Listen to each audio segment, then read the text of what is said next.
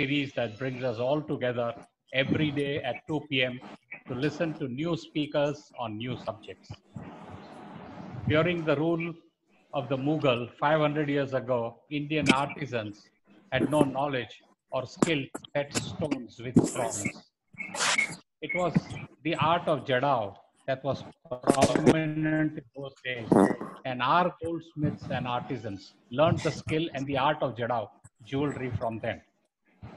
Subject of discussion today is the mesmerizing world of Jadao, an art form that has given India a recognition and position we are all proud of. We have with us today a very illustrious panel who will give out their secrets and ideas of this अद्भुत जड़ाव की दुनिया. आज हमारे साथ है श्री सुधीर कासलीवाल जी, CFO and partner of the Gem Palace. Sudhir ji is an accomplished jeweler, a photographer and a collector who has grown up around the walls of the Gem Palace. He was born in Jaipur and he belongs to the 6th generation of the royal jewelers. Sudhir ji is the eldest of the three brothers who run the Gem Palace business that goes back to 1852. He began working at the Gem Palace immediately after graduating from university.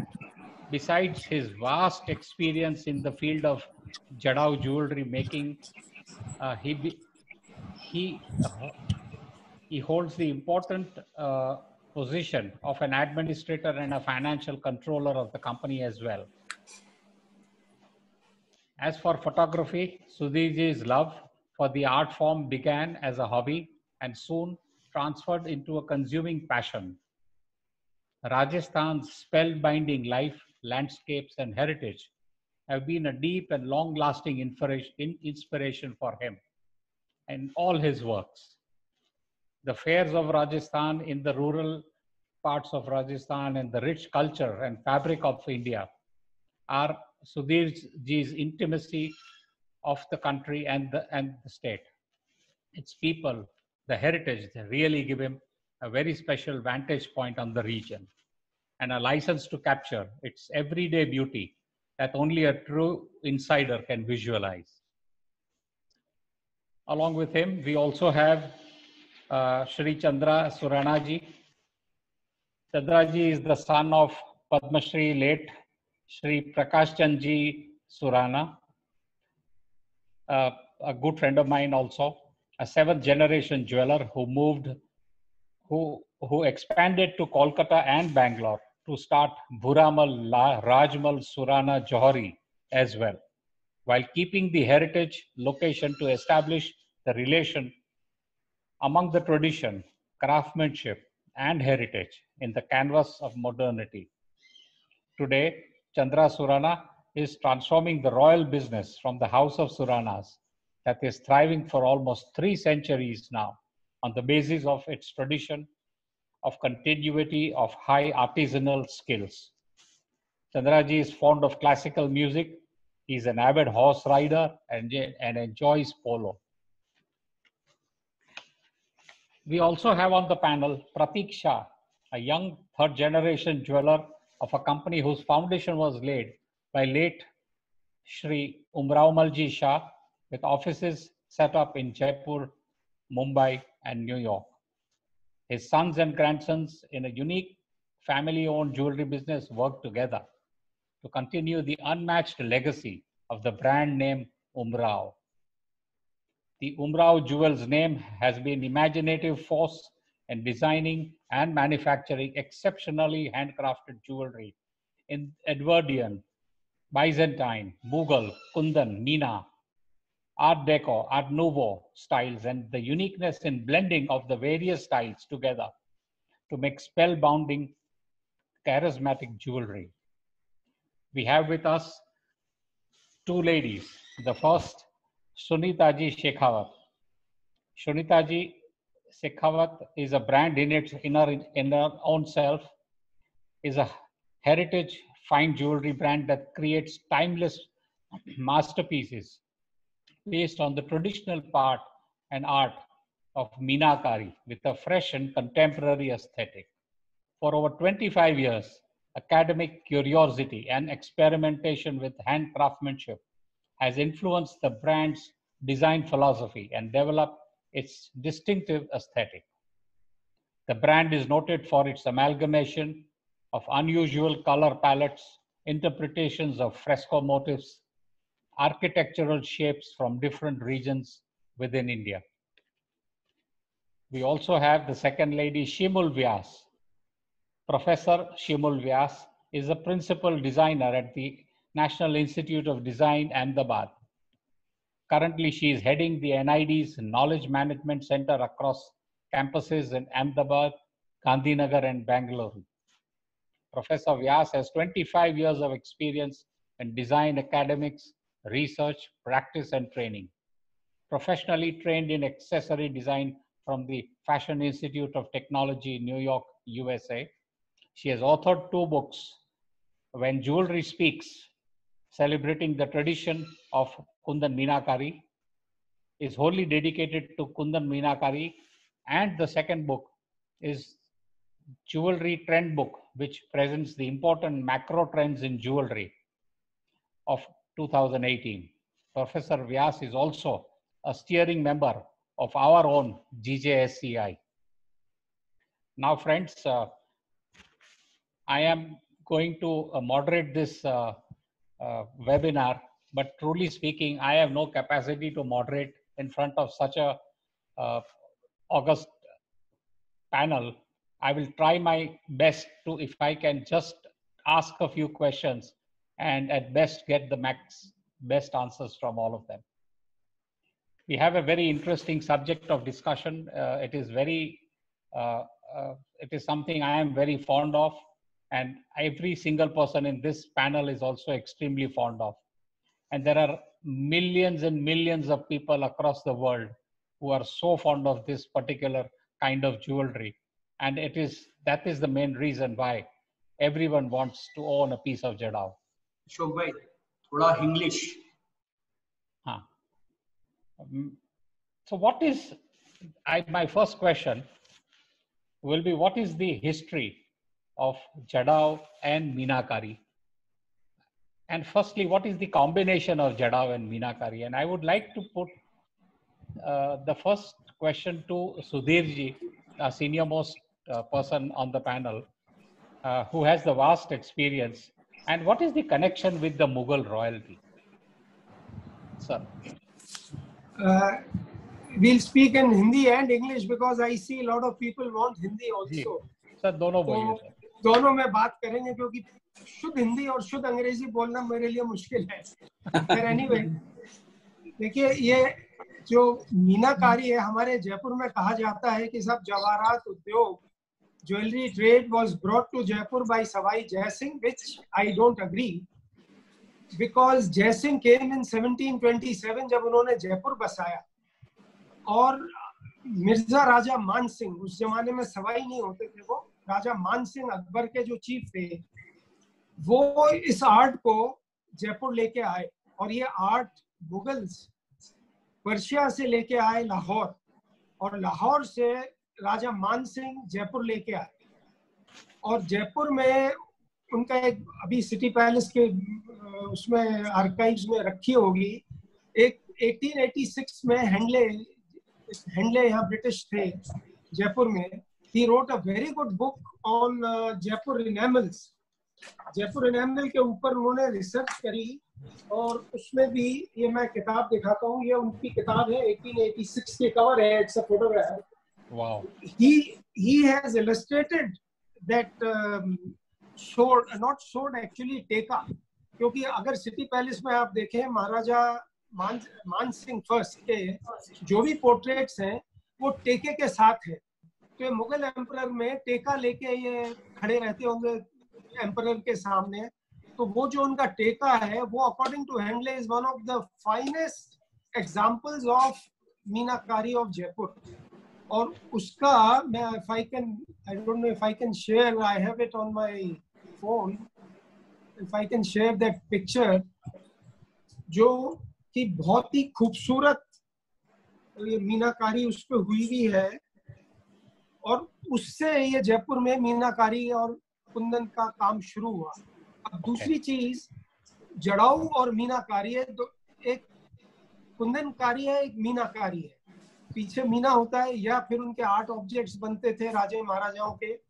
तो हमारे archive से मुझे मिले, हमारे great grandfather के time के पहले के जो पीसेस बने होंगे उस जमाने में, चाहे इत्रदान हो, बॉक्सेस हो, तलवारों के हिल्ट्स हैं, स्कबर्ड्स हैं, हिल्ट्स ऑफ सोर्ड्स, डैगर्स, बॉक्सेस, यहाँ तक कि एनिमल्स जैसे हाथी, हाथी का अंकुश होता था वो भी सोने मीने का बना है, जड़ा हुआ है उसमें। और बहुत से जो लोग नहीं समझते, हमारे कस्टमर्स आते हैं दुकान पर, कहते हैं साहब ये कुंदन है कि असली है। अब the literal meaning of Kundan is purest form of gold. अब लोग ये नहीं समझते, वो ये देखते हैं कि कुंदन का मतलब नकली और असली है तो सोना। अरे कुंदन का मतलब ही असली होता है। एक कहावत भी है कि कुंदन से पवित्र, मतलब purest form of purest of pure gold is Kundan.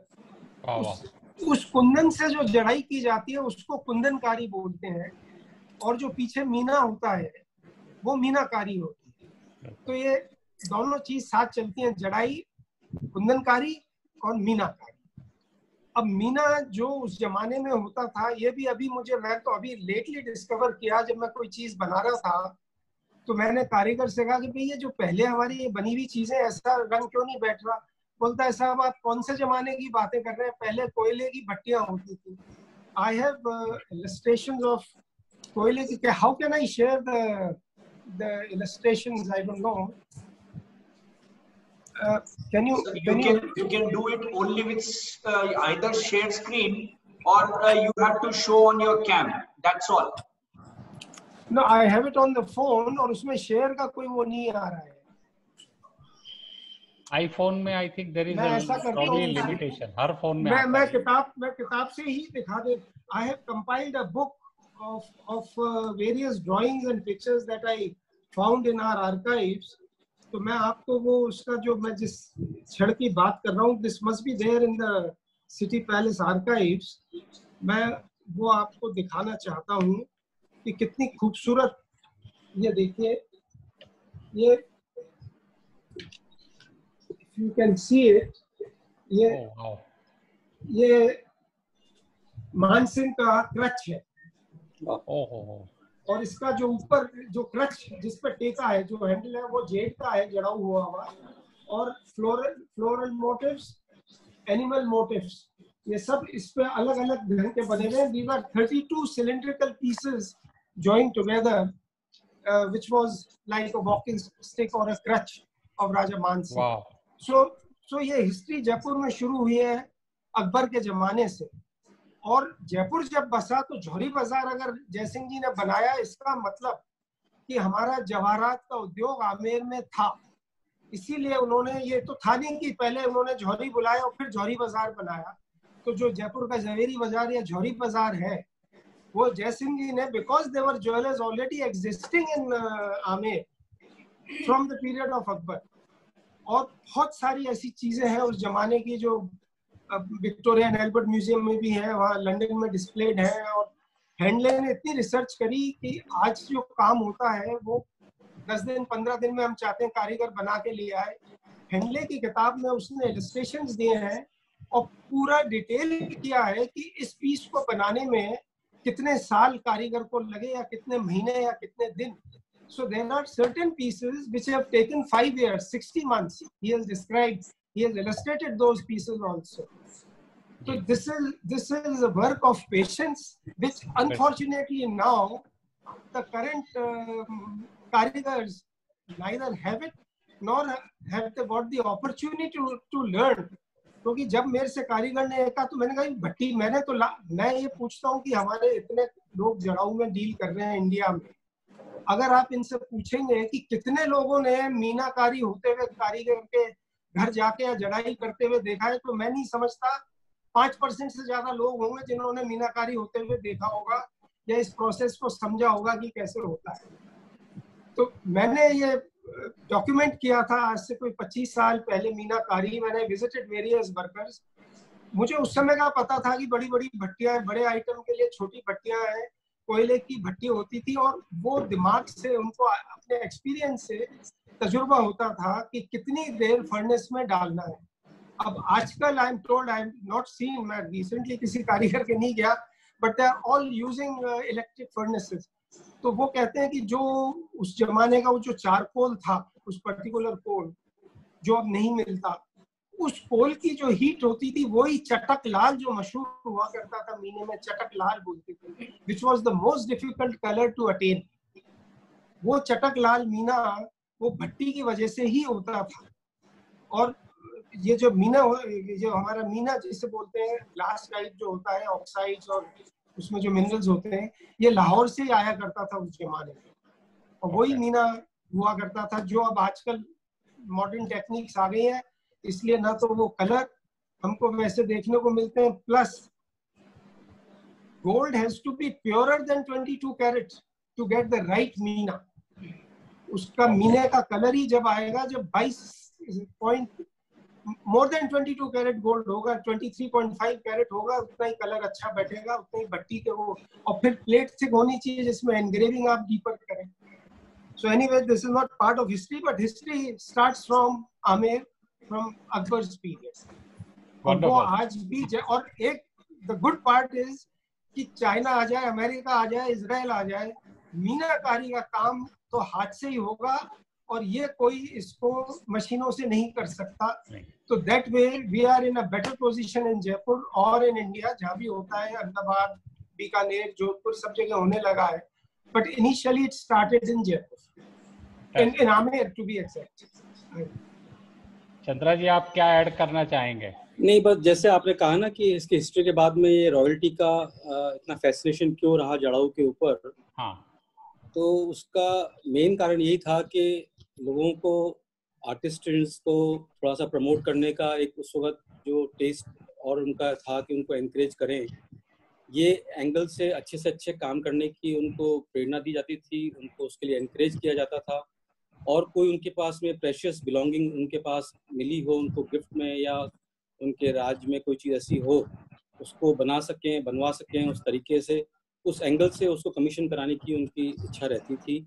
और वो चीज़ एकदम फाइन आर्ट की बन के आती थी, और जो कॉमन लोगों के पास में नहीं दिखती थी, इसलिए वो रॉयल्टी के लिए बड़ी खास टेस्टफुल चीज़ हो गई, because it was full of art, creativity, and every piece was one of the type to be made.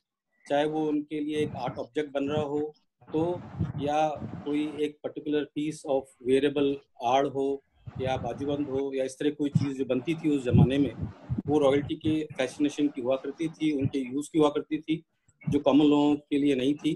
और बाद में फिर जो टेस्टफुल लोग हुए उन्हें इसको अडॉप्ट करना चालू रखा, और आज तक जो इस चीज़ को अप्रिशिएट करते हैं वो पहनना पसंद करते हैं और चाहते हैं। ओके, सुनीता जी, आप कुछ इसमें थ्रो सम लाइट ऑन? मैं ये बोलना चाहूंगी कि first of all I really want to thank Sudhir ji and Chandu Babu. आप लोगों की फैमिली ने, आप लोगों की जनरेशन ने जो काम शुरू किया था, उसको ये लोग मीलों चल के आए हैं, हमने कुछ 2-4 कदम उसमें जोड़ने की कोशिश की है। तो हिस्ट्री की बात करें तो मेरे ख्याल से सुधीर जी ने बहुत अच्छा प्रकाश डाला है सारी चीजों पे। रॉयल्टीज के साथ फॉर्चुनेटली मुझे थोड़ा सा नजदीक से काम करने का मौका मिला। तो मैं सबसे पहले तो ये बोलूंगी कि जहाँ मीनाकारी की अगर हम बात करते हैं, तो मीनाकारी ने ज्वेलरी को उठा के एक आर्ट फॉर्म में रख दिया। उससे पहले ज्वेलरी सिर्फ ज्वेलरी थी, it was an object, and because of that art craft वो एक आर्ट फॉर्म में आ गई। मतलब वो उसने उसकी वैल्यू बढ़ा दी। मीनाकारी ने किसी पीस ऑफ ज्वेलरी की कीमत और मूल्य बढ़ा दिया। मुझे कुछ सौभाग्य मिला चंद रॉयल्टीज के साथ ऑफ लेट, अभी रिसेंट लाइक 15-20 इयर्स पहले काम करने का। तो जयपुर की कारीगरी की मैं अशोक जी, मतलब रादर आई एम इंडेप्टेड कि हमें ये मौका मिला है कि इन लोगों के परिवारों ने जो काम शुरू किया, हम उसको थोड़ा थोड़ा आगे बढ़ा रहे हैं। एक बटन थे जोधपुर हिज हाइनेस के, मैं मतलब I would rather talking on statistics and figures, I would love to narrate it in a form of story. तो उसमें क्या, क्योंकि फैक्ट एंड फिगर्स तो सबको पता है कि सारे आर्टिकल्स नेट पे आजकल अवेलेबल हैं। तो ये कुछ एक चैलेंजेस थे और सीखने का भी मौका जो हम लोगों को मिला कि जोधपुरी डिजाइनर्स के कोई ललित के चंदू बाबू कोई ललित के बटन्स थे बड़े सुंदर, सो वो एक बटन उनका खो गया था और जब युवराज साहब की शादी हो रही थी उनके सन की, तो उन्होंने कहा कि मुझे ये सेट ऑफ बटन आप बना के दीजिए, and now this is the challenge for you Sunita, whether you will be able to replicate those buttons और not. That I took it as a challenge and Ashok ji, you will not believe, जब हम उनको deliver कर रहे थे, जब हम वो पार्सल भेज रहे थे, हमें खुद को नहीं समझ में आया कि उन 13 बटन में से वो कौन से 5 बटन है जो हमने बनाए हैं. तो ये क्रेडिट मैं खुद नहीं लेना चाहती. This credit goes to the city, and जहां से हम बात कर रहे हैं रजवाड़ों से, हिस्टोरियन से, कारीगरों से, जो राजा दो दरबार लोग जिन कारीगरों को लेके आए हैं, मैं तो सिर्फ I am just a drop in this ocean, but I been fortunate कि मुझे इतना मौका मिला है कि मैं इन लोगों के साथ काम कर पा रही हूँ, and I am taking it step by step, we are taking it forward. देखिए लेगेसी तो बहुत अच्छी है, no doubt about it, but क्या होता है आज की जनरेशन को समझाना, और वो थोड़ा सा एक मॉडर्न टच और ट्विस्ट अगर हम नहीं देंगे तो फिर वो पॉसिबल, जो हम जिन पुरानी चीजों की बात कर रहे हैं वो तो हम कर नहीं पा रहे, अब हम आगे व्हाट नेक्स्ट, यू नो. सो मुझे हमेशा ये लगता है कि if I define my journey, I always say that to be continued is a very important phrase, you know. अपन कोई play भी देखते हैं, कोई movie भी देखते हैं, उसके बाद जब हम कहते हैं कि it has to be continued, तो हम इसको continue कर रहे हैं. The show must go on. Yeah, yes, the show must go on. Yeah, please. Yes, I think you are all carrying on a legacy which is 500 years old actually. Yes, and yes. I think the biggest credit is to continue to take it in the right way, in the right sense, Exactly. and The try right emotion also, and the passion maximum also. amount of understanding, ideas, knowledge Yeah. of all your experiences that have been collected over the generations. Yes. So I think every single individual, all of you are not that 5, 10, 20 year experience. आपके पास sir 300, 400 साल, 500 साल का experience एक साथ में भरा हुआ है. तो ये तो इसमें तो हमेशा फिर कमल ही खिलेगा और कुछ नहीं खिल सकता इस पर. मैं एक चीज अशोक जी इसमें ऐड करना चाहूंगी कि मैं जब हम लोग काम शुरू कर रहे थे तो मैं सबसे हमेशा कहती हूँ कि एक सुराना परिवार को लोग आज भी सुराना जी, सुधीर बाबू जी, चंदू बाबू जी, ये इज्जत, देखिए आज इंसान कोई पैसा कमा सकता है, ब्रांड बना सकता है, लेकिन ये इज्जत जो जयपुर शहर ने कमाई है वो I think that is our legacy. Absolutely, absolutely. Shimul ji, would you like to add something? Yeah, sure. I mean, Sudhir ji and others have narrated the history very beautifully. But historically, I think what I find most fascinating about this technique or the style or the art form of jewelry is that it's a very rare form of jewelry where the front side of the jewelry and the back side of jewelry, they are so beautifully ornamented. And interestingly, the enameling, as you know, the panelists also have said, hugely inspired from Persia. The Mughal emperors, they are known to have invited Persian enamelers, to the courts in India, to the Mughal courts to teach, enameling to our artisans. Kundan is known to be inherently an Indian technique. And to me, historically, what's most fascinating is that this is a cultural amalgamation of two very, very old civilizations and cultures of the world. And, the Islamic sensibility fused with our motifs coming from Hindu mythology and art and all of that. So to me, I look at it, as a beautiful convergence or, amalgamation of two very, very different cultures of the world. I would like to ask you, Shimul ji, one question. जी. जो south में बनता है जड़ाई का काम और जो राजस्थान में बनता है जड़ाई का काम, उसमें आपको अंतर क्या दिखता है? I think South uses a huge amount of rubies. That's one of the, major, I think, distinguishing factor. Whereas if I look at up north, I look at Rajasthan, Yes. The stones that they use, you have lots of emeralds. I mean, down south, it's rubies and diamonds. Up north, you see a whole lot of emeralds also. So to me, that is one of the distinguishing features. Maybe Sudhirji might be able to highlight technically, perhaps, I believe there is also a difference in making the heart, but I'm not the right person to be talking about it. And if Sudhirji or somebody would like to add to that. Sudhir ji कुछ कहना चाहेंगे आप? क्या एक बार repeat करिए. South में जो जड़ाई का काम होता है और अपने यहाँ जो राजस्थान में जो कढ़ाई का काम होता है, देखिए ये आप पुरानी पेंटिंग्स देखिए, ब्रिटिश आने के पहले पूरे हिंदुस्तान में जड़ाई जैसे होती है, कुंदन की जड़ाई, बिल्कुल हमारे स्टोन्स वैसे ही सेट, आप चाहे आसाम की ज्वेलरी देख लीजिए, चाहे कश्मीर की देख लीजिए, चाहे साउथ की देख लीजिए, बिल्कुल जड़ाई, ये जो प्रॉन्ग सेटिंग है ये तो ब्रिटिश लेके आए। बिल्कुल। उसके पहले सारी सेटिंग आप देखिए, साउथ की भी सिर्फ एक ही टेक्निक से होती थी है, हाँ एक ही टेक्निक होती थी। और साउथ में एक तो डायमंड्स पे बड़ा वो बिल्कुल क्लीन, बिना दोष वाला डायमंड होना चाहिए, अगर पुराने उसमें देखें तो क्लीन डायमंड होंगे, रूबी सब, बिल्कुल। तो वो रूबी और उसका चलन ज्यादा था जी। और यहाँ पे नॉर्थ में कलर्ड स्टोन भी लगाए जाते थे जी जी। Ashok bhai, एक humble request, everybody is talking about Hindi and English combination, थोड़ा सा उसको ध्यान रख लीजिए। Sure. Sorry. ये किस चीज पे जोर रखे सर, हिंदी में कि इंग्लिश में? मिक्स कर लीजिए सर, मिक्स कर लीजिए। Amalgamation, that's the word. Sir हमारे हम ध्यान रखेंगे सर 100%। एक बात सर मैं प्रतीक जी से पूछना चाहूंगा। प्रतीक जी, जब आप एक ज्वेलरी बनाने की सोचते हैं जी, तो किस विचार से शुरुआत होता है आपका माइंड? मेरा क्वेश्चन थोड़ा लंबा है। आप जो उसमें नगीने लगे हैं उस बेसिस के ऊपर ज्वेलरी बनाते हैं, या ज्वेलरी बनाने के बाद उसको किस तरह के नगीने लगने चाहिए वो सोचते हैं आप? Ashok bhai, what basically there are two types of jewelry I personally make, and in our house we make is एक to satisfy your khud ki urge of creativity, and second is the one which would sell faster and get us what we are here to do. It is bit of both.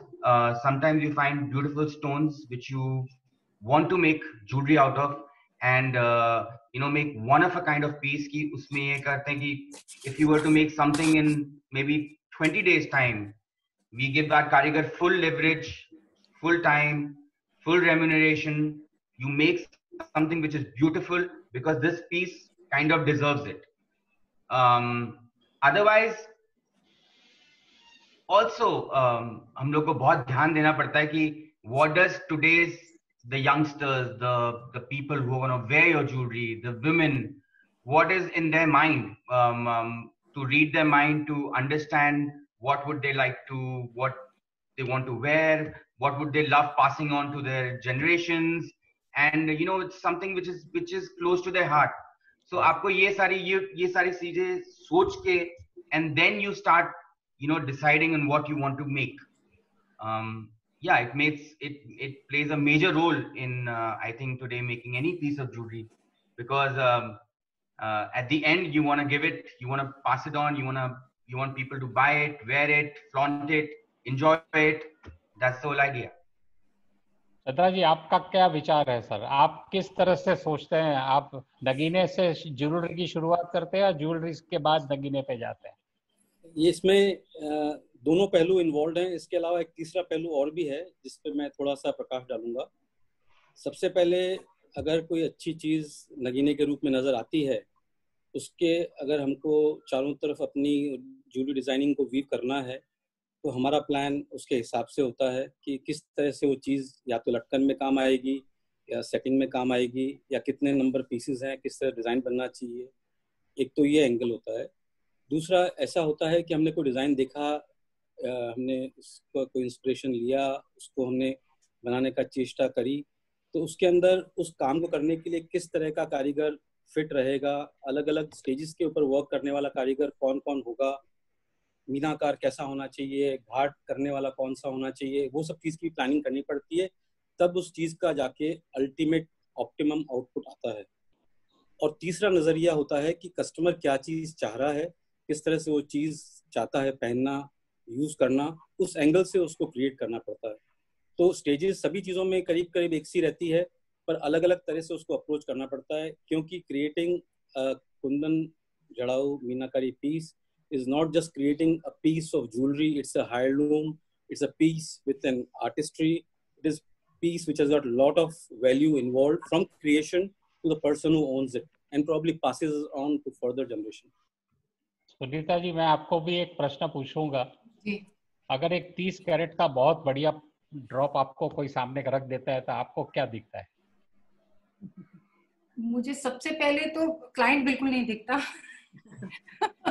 मुझे सबसे पहले ये दिखता है कि मैं इसको versatile and multi functional and uses कैसे कर पाऊँ, बिकॉज ये आज के टाइम में people are looking for more variability, है ना, बिकॉज जैसे मॉर्निंग से evening has become very popular, you know, working girls हैं, so they want to have that piece which of course they want to keep, they don't want to keep it in their locker only, but at the same time किसी party में भी जाना चाहती हैं, poses भी करना चाहती हैं। तो आजकल ये जो चेंज आ रहा है in today generation, heirloom families में है ना, और एयरलूम के लिए वो जो पेशेंस और जो समय चाहिए वो सब लोगों के पास अब नहीं रहा है। That is always there. पर अगर आज की तारीख में मुझे 30, आपने क्या बोला, 30 carat of which stone, again पन्ना हो या माणिक हो, पन्ना होगा तो मैं अंदर रखूंगी, एमेथिस्ट होगा तो मैं बनाऊंगी और रूबेलाइट होगा तो of course I try to use it with different combinations. So अगर सेमी प्रेशियस होगा तो of course I get more creative, you know, brainstorming. पर अगर 30 कैरेट का पन्ना होगा तो किसी बहुत ही अच्छे, जिसका बहुत रिफाइंड टेस्ट है, उसके लिए बना के रखना चाहूंगी, मे बी अ पेंडेंट और एनी रिंग और something like that. Sudhir ji, आपका एक अभिप्राय दीजिए। एक बढ़िया स्टोन अगर आपके हाथ में आ जाता है तो आपकी सोच किस तरह से चलेगी और आपको क्या करने की इच्छा होगी, और हकीकत के अंदर एक बढ़िया ज्वेलर का किस तरह से माइंड चलता है? देखिए, बढ़िया स्टोन अगर आएगा और मीनाकारी और जड़ाई के पॉइंट ऑफ व्यू से, तो आई वुड वांट कि मैं बहुत ही बढ़िया बिफिटिंग दैट स्टोन, अगर स्टोन खूब बढ़िया ले लिया और उसमें घड़ाई अच्छी नहीं हुई, मीनाकारी अच्छी नहीं हुई, तो स्टोन की वैल्यू खत्म है, and I would not want that. तो जो स्टोन है उसकी डबल वैल्यू जब भी होगी जब मैं जो चीज उसकी जो ज्वेलरी बनाऊंगा, पेंडेंट बनाऊंगा, इयररिंग बनाऊंगा, जो भी बनाऊंगा, आई वुड पे more attention to that karigari of meenakari also, which has to be artistic and to go with that beautiful stone. नहीं तो स्टोन की वक्त ही नहीं रहेगी अगर वो बढ़िया पेंडेंट बनाया मैंने खाली स्टोन बढ़िया लगा के और पीछे देखा कि उसमें तो मीना ही खराब है या कारीगरी खराब है, आर्टिस्टिक वर्क नहीं है, तो फिर वो चीज ही बेकार है। तो दोनों चीज पे मेहनत होगी, बढ़िया स्टोन और फिर उसमें बढ़िया चीज घड़ाई जाए उस स्टोन के माफिक। सुधीर जी, और प्रश्न है आपके लिए, एक और प्रश्न है। आपने बहुत परफेक्ट जवाब दिया है सर। एक और प्रश्न है आपके लिए कि सर, आज पुरानी ज्वेलरी, जो पुरानी जड़ाई की आइटम है, जब हमारे हाथ में आती है और इसके सामने हम आज की तारीख की बढ़िया से बढ़िया भी देखते हैं, तो क्यों हमारी नजर में वो पुरानी चीजें ज्यादा? देखिए, मैंने जैसे शुरू में कहा था, दो कारण है। एक तो जो पहले काम होता था, जैसा मैंने आपको बताया कि उस किताब में जैसे उसने लिखा है किसी को 4 साल पीस को लगे, किसी को 5 साल, तो एक तो पेशेंस से काम होता था, और मीना जब करते थे कई दफा होता था जल जाता था भट्टी में जब डालते, फिर दोबारा से कारीगर मेहनत करता था। आज जो कारीगर है वो तो उसी में चेपा चापी करके उसी को इम्प्रूव करेगा। दूसरी चीज, जैसा मैंने सुना कि पहले जो हम इसमें एक सिल्वर फॉइल लगाते हैं जिसे डांक बोलते हैं, क्योंकि नगीने पलचे होते हैं उसके लश्कर के लिए हम लोग डांक लगाते हैं चपड़ी के ऊपर। अब डांक जो पहले, मेरे पास आज भी चीजें हैं 150 साल पुरानी जिनके हीरे की डांक वैसी की वैसी ग्लिटर करती है जैसे आज हुई हो, और जो आज बनाई हुई 10 दिन 1 महीना पहले 2 महीने पहले की चीजें काली दिखने लगी और हीरा बहुत अच्छा है। तो वो कहते हैं कि डांक में कुछ परसेंटेज सोना मिलाते थे तो डांक टार्निश नहीं होती, and that is the reason why पुरानी जड़ाई का जो लस्टर है वो अभी भी अट्रैक्ट करता है, क्योंकि उसकी एक तो डांक बढ़िया बनी हुई होती है, प्लस जो उसकी कुंदन की जड़ाई है, जो ये भी कारीगरी पे डिपेंड करता है, जो एक्सपीरियंस्ड है वो दे कैन सी कि कितनी बारीकी से उसने कुंदन की छिलाई करी और किस ढंग से नगीने को उभारा है। अभी जो जड़ाई करते हैं वो ऐसा उसको नगीने के चारों तरफ थोप देते हैं ना वे, कुंदन को, फिर उसमें मेहनत होती है उसकी छिलाई करने में, तो वो नगीना दब जाता है। तो पुरानी चीजें अगर आप कंपेयर करेंगे और उसकी जड़ाई देखिए, बिल्कुल बाल की तरह तार होगा कुंदन का, और मजबूत होगा, वाटर प्रूफ होगा, ह्यूमिडिटी प्रूफ। आजकल जो है वो इसीलिए काले होते हैं, जड़ाऊ बहुत हमारे शोरूम में रखे रखे चीजें काली हो जाती है, फिर उसका और कोई इलाज नहीं है ठीक करने का सिवाय इसके कि आप वापस नगीने उखाड़े और वापस जड़ाई कर रहे हैं। एंड इन मीनाकारी के इसमें 50% I would say sometimes 60% cost is labor owned. Intrinsic value तो गोल्ड की और स्टोन्स की से ज्यादा 60% लेबर इसमें होती है। बिल्कुल सर। तो मीनाकारी के बारे में थोड़ा मैं बताऊंगा सर। मुझे याद है मेरे ग्रैंडफादर मुझे कहते थे कि काफी लोग उनको दिखाने आते थे ज्वेलरी। सर ये मीनाकारी मैंने की है, मैं सन 70 के करीब की बात करता हूँ। ये सर ये क्यों इसमें लस्टर और कलर ठीक नहीं आ रहा है मेरे को। तो उसने बोला तू तेरे पास समय ही नहीं है क्या, और क्यों हाई टेम्परेचर ले जाता है, उसको लो टेम्परेचर रख और उसको समय ज्यादा दे और उसको पकने दे। आपने मीना पकने ही नहीं दिया है तो उसमें जान कहाँ से आएगी। मीना जो है बाजार से घटिया मत मंगा, कंपनी से डायरेक्ट मंगा जर्मनी से। यहाँ का मीना ठीक नहीं बनता है अभी। तो उस जमाने में वो सारा जर्मनी नहीं, ये तो बहुत जरूरी है। उन लोगों को एक्सपीरियंस था, आप कितना हीट देनी है, कितना फर्नेस में कितनी देर कोयले की फर्नेस में रखना है, बिल्कुल, और कब उसको निकालना है, और फिर कौन सा रंग ज्यादा हीट खाता है, कौन सा कम। जैसे लाल ज्यादा खाता है तो फिर उसी हिसाब से रंग भरे जाते हैं पहले, क्योंकि वो बार बार उसमें जाएगा भट्टी में। और सुधीर जी थिकनेस भी है ना, जो अपने शीट की जो थिकनेस होती है वो भी मैटर करती है ना, कि अगर आप लाल रंग कर रहे हैं या हरा रंग कर रहे हैं। वो तो मैंने कही, जब तक चिट प्लेट नहीं होगी और प्रॉपर एनग्रेविंग, डीप एनग्रेविंग नहीं होगी, तो अभी तो जो मीना ऊपर ऊपर भरा और कच्चा, in a way it is kind of kachcha meena जिसे बोलते हैं। और फाइल भी नहीं हो रहा है, फाइलिंग भी कोई नहीं कर रहा है मीने को, वैसे ही छोड़ दे रहे हैं मीने को। हाँ, उसमें मेहनत है। फिर उसकी क्या बोलते थे उसको, एगेट स्टोन से उसकी जो फर्बिशिंग या पॉलिशिंग करते थे हकीक के पत्थर से, वो भी एक कला होती है कि उसको कितना रब कर करके उन्होंने उसको। आज तो क्या है, कलकत्ता का जो कल्चर है वो मीने को फायर से हीट करते हैं, फायर देते हैं, पूरा आग लगाते हैं, एक प्राइमस से फायर निकलता है। और तो पुराना तरीका था, बिल्कुल आपने समझाया, वो कोयले की भट्टी बनती थी और वो एक टेम्परेचर पे ले जाते थे जो बहुत हाई भी नहीं हो सकता है, लो भी नहीं हो सकता है। एक सेट टेम्परेचर के ऊपर उसको लंबा समय रखना पड़ता है, तब जाके वो पकता है सही। और जरा सी गल जाता है तो वो लाल कलर जो है वो मरून हो जाता है, तो उसको संभालना पड़ता है। अशोक जी, ये भट्टी में कारीगर कर रहा है कि बड़ा मशहूर मीनाकार था जयपुर का, Deendayal. Can you see it? Yes yes. ये भट्टी, इसके अलग अलग साइज की भट्टियां हैं जी। ये नेशनल अवार्ड विनर था ये दीनदयाल मीनाकार। पुरानी टेक्निक की भट्टियां हैं। हाँ, और आजकल एनग्रेविंग करने वाला कारीगर अलग हो गया है, मीने का रंग भरने वाला अलग हो गया है, और फिर उसको भट्टी में या फर्नेस में करने वाला अलग हो गया है।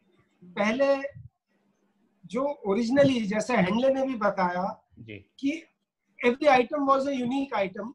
बिल्कुल। तो हमारे यहाँ जयपुर में जितने बढ़िया गोल्डस्मिथ हुए हैं, दे वर कारपेंटर्स बाय कास्ट। ये हिस्ट्री है कि जितने बढ़िया सुनार जो जयपुर में हुए हैं वो सब खाती थे। वो इसलिए कि खाती के में एस्थेटिक सेंस होता है, सेंस ऑफ प्रोपोर्शन होता है, sense of line, sense of straight lines, curve, ये खाती में होता है। इसलिए जितने अच्छे कारीगर थे, आज भी हमारे यहाँ 4th जनरेशन के 1-2 बचे हैं जिनके मैं जब पुराने फर्मे देखता हूँ, जो वो चीजें बनाते थे, खाली फर्मे रह गए। वो उनका ग्रेट ग्रैंडसन अब नहीं बना सकता। बोले साहब मैंने ये देखा ही नहीं ऐसे कैसे, इसमें तो बहुत मेहनत लगेगी। तो ये सबसे पहले तो चितेरा उसे बोलते थे, आर्टिस्ट जो लाइफ साइज ड्राइंग उसकी करता था। और ये मैं आपको कुछ ओरिजिनल ड्राइंग ऑफ 1890, ये 100 साल से जैसे ये देखिए, ये ड्राइंग किसी उसने की है, आर्टिस्ट है, ये साइन है इस आर्टिस्ट का, ये हमारे आर्काइव्स में थे ये, और ये बेल्ट के हैं। तो डिजाइनर भी इतने बढ़िया थे ये, है जी, डिजाइनर भी इतने बढ़िया थे। नहीं तो वो आर्टिस्ट थे, वो उसको ड्रॉ करते थे, उनको नॉलेज थी कि सोने में कौन से रंग अच्छे पिगमेंट से वो ये ड्राइंग्स, ये देखिए ये ड्राइंग्स वो बना के रंग भरते थे। वाह। फिर ये जाता था उसके पास, ढलाई वाले के पास, यानी सुनार के पास जो घाट बनाता। बिल्कुल। फिर ये जाता था मीनाकार के पास इस तस्वीर के साथ कि इस पे कैसे और कार्विंग होगी, कैसे रंग भरे जाएंगे। वाह। तो ये इतनी मेहनत, और फिर भट्टी में देते हुए मुझे पुराने कारीगर बताते थे, अरे साहब जल गया वो तो गलती हो गई, ज्यादा देर रख दिया या कम, और सब अपने एक्सपीरियंस से करते थे। बिल्कुल बिल्कुल। फर्नेसेस तो होती नहीं थी। अब ये ऐसी ऐसी चीजें हैं, ये देखिए ये स्कैबर्ड ऑफ अ स्वॉर्ड, ये देखिए। हाँ। अब ये फुल लाइफ साइज ड्राइंग है। ये दिस इज 1890 की हमारे यहाँ की, बनी होगी कभी, मैंने तो देखी नहीं, बट हमारे रिकॉर्ड्स में ये पड़ी हुई है ओरिजिनल पेंटिंग्स उस जमाने की। और साइंड है कुछ तो उसके वल्द, वो जो उसका नाम है जिसने पेंट किया होगा, ये देखिए ये हमारे ये उसका, अब ये 1949 संवत, विक्रम संवत, उस जमाने की ये पेंटिंग्स है। इसमें इसने लिखा है कलम नंदलाल वल्द छोटी लाल मुजफ्फर मीन्स आर्टिस्ट, सवाई जयपुर, नासिक की बांद्री का मोहल्ला। ये वहां का होगा आर्टिस्ट जो हमारे ग्रेट ग्रैंडफादर के लिए काम करता होगा। बिल्कुल बिल्कुल। तो ये चीजें पहले ड्रॉ किया करते थे, उसके बाद उनको प्रोस्पेक्टिव कस्टमर को दिखाई जाती होंगी कि भाई, because you get a full 3D view. ये जो ड्राइंग्स बनाते थे, अब आप कड़े की अगर डिजाइन देखें तो वो किस ढंग से ये इलस्ट्रेशंस में ड्रॉ किए हुए हैं कि अंदर मीना कैसे होगा। I wish I could have connected my computer, तो वो ज्यादा क्लियर दिख जाता। ये देखिए, अब ये एक कड़ा है, can you see it? Yes. ये बीच में कड़ा है, इसके ऊपर और बाहर डिजाइन ये आर्टिस्ट ने बनाई है कि अंदर मीना कैसा होगा मकर कड़े में, यस यस, और ऊपर जड़ाई कैसी होगी, बीच में कड़ा फ्लैट में दिखाया पूरा। Can you?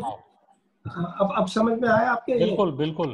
अब आप इसकी मीने की इंट्रिकेसी देखिए, इसकी आर्टिस्टिक, ये जो अनबिलीवेबल अनबिलीवेबल, कितना बढ़िया ये काम किया। बिल्कुल। इतनी मेहनत करवाने वालों के पास भी नहीं है करने। Sorry. Sorry to interrupt you, but at being today's generation jewelers, I'll tell you, there are lots of people who would want to work like this, but neither do we have the time, neither do we pay them this kind of money. So unknowingly and knowingly, we've depreciated all the quality of making. No. Unfortunately, जो आज कारीगर हैं, उनको मौका भी नहीं मिला सीखने का, क्योंकि हमने उन्हें बिगाड़ दिया। It's us, the quantum of production. मतलब वो अंगूठा छाप होते थे, लेकिन एस्थेटिक सेंस ऐसा होता था कि नहीं साहब ये बेल जवाब में ऐसा चाहिए, जवाबी बेल चाहिए। इनकी टेक्निकल टर्म्स होती थी कारीगरों की, इधर आपने ये मोर का मुंह इधर रखा है तो जवाब में मोर का मुंह उधर आना चाहिए। No, all these little intricate detailing, ये आज के कारीगर ने उसको मौका ही नहीं मिला सीखने का। बिल्कुल बिल्कुल। उसके ग्रैंडफादर करते होंगे, उसके फादर ने कम किया। अब आज के जो हमारे व्यापारी हम जैसे कि वो run of the mill kind बनाना है, गोल्ड की प्राइस बढ़ रही है, इतना महंगा है, ग्राहक लेगा नहीं। अंकल इसी प्रश्न पे आ रहे हैं, इसी प्रश्न पे हम आ रहे हैं। जी सुधीर जी कुछ कहना चाह रही हैं? मैं कुछ जो सुधीर जी ने बोला उसमें कुछ और ऐड करना चाहती हूँ कि हमें सबको पता है कि हम जो भी हम मतलब we are running of course for business, but कुछ काम मैं सबको ये बोलूंगी कि कुछ काम आप अपने पैशन के लिए कर सकते हैं and rest of course you can do for business. और जो सुधीर जी कह रहे हैं उसी चैलेंज को हमने, जैसा आप कह रहे हैं कि भट्टी, ये चैलेंज हमने सुधीर जी लिया था। मैं आपको एक चीज दिखाना चाह रही हूँ, ये मीनाकारी का पैनल है एंड सी द साइज। जब हमने इसको बनाया तो मेरे कारीगर ने ये बोला कि ज्वेलरी ज्यादा से ज्यादा 6 इंच की होगी या बैंगल जो होगा वो 6.5 इंचेस हो। तो हमने ये भट्टी खुद ने तैयार करवाया ताकि temperature from here till here you get same temperature so that there is no variation in colour of the meena. तो मैं वो कहना चाह रही थी कि एक 10 ग्राम का घाट और 100 ग्राम के घाट को जब कूल डाउन होगा, in spite using the same raw material, there will be a difference in the colour. Absolutely, exactly. वो तो concentration of the pulverised powder of enamel जो है उसका फर्क पड़ेगा ना।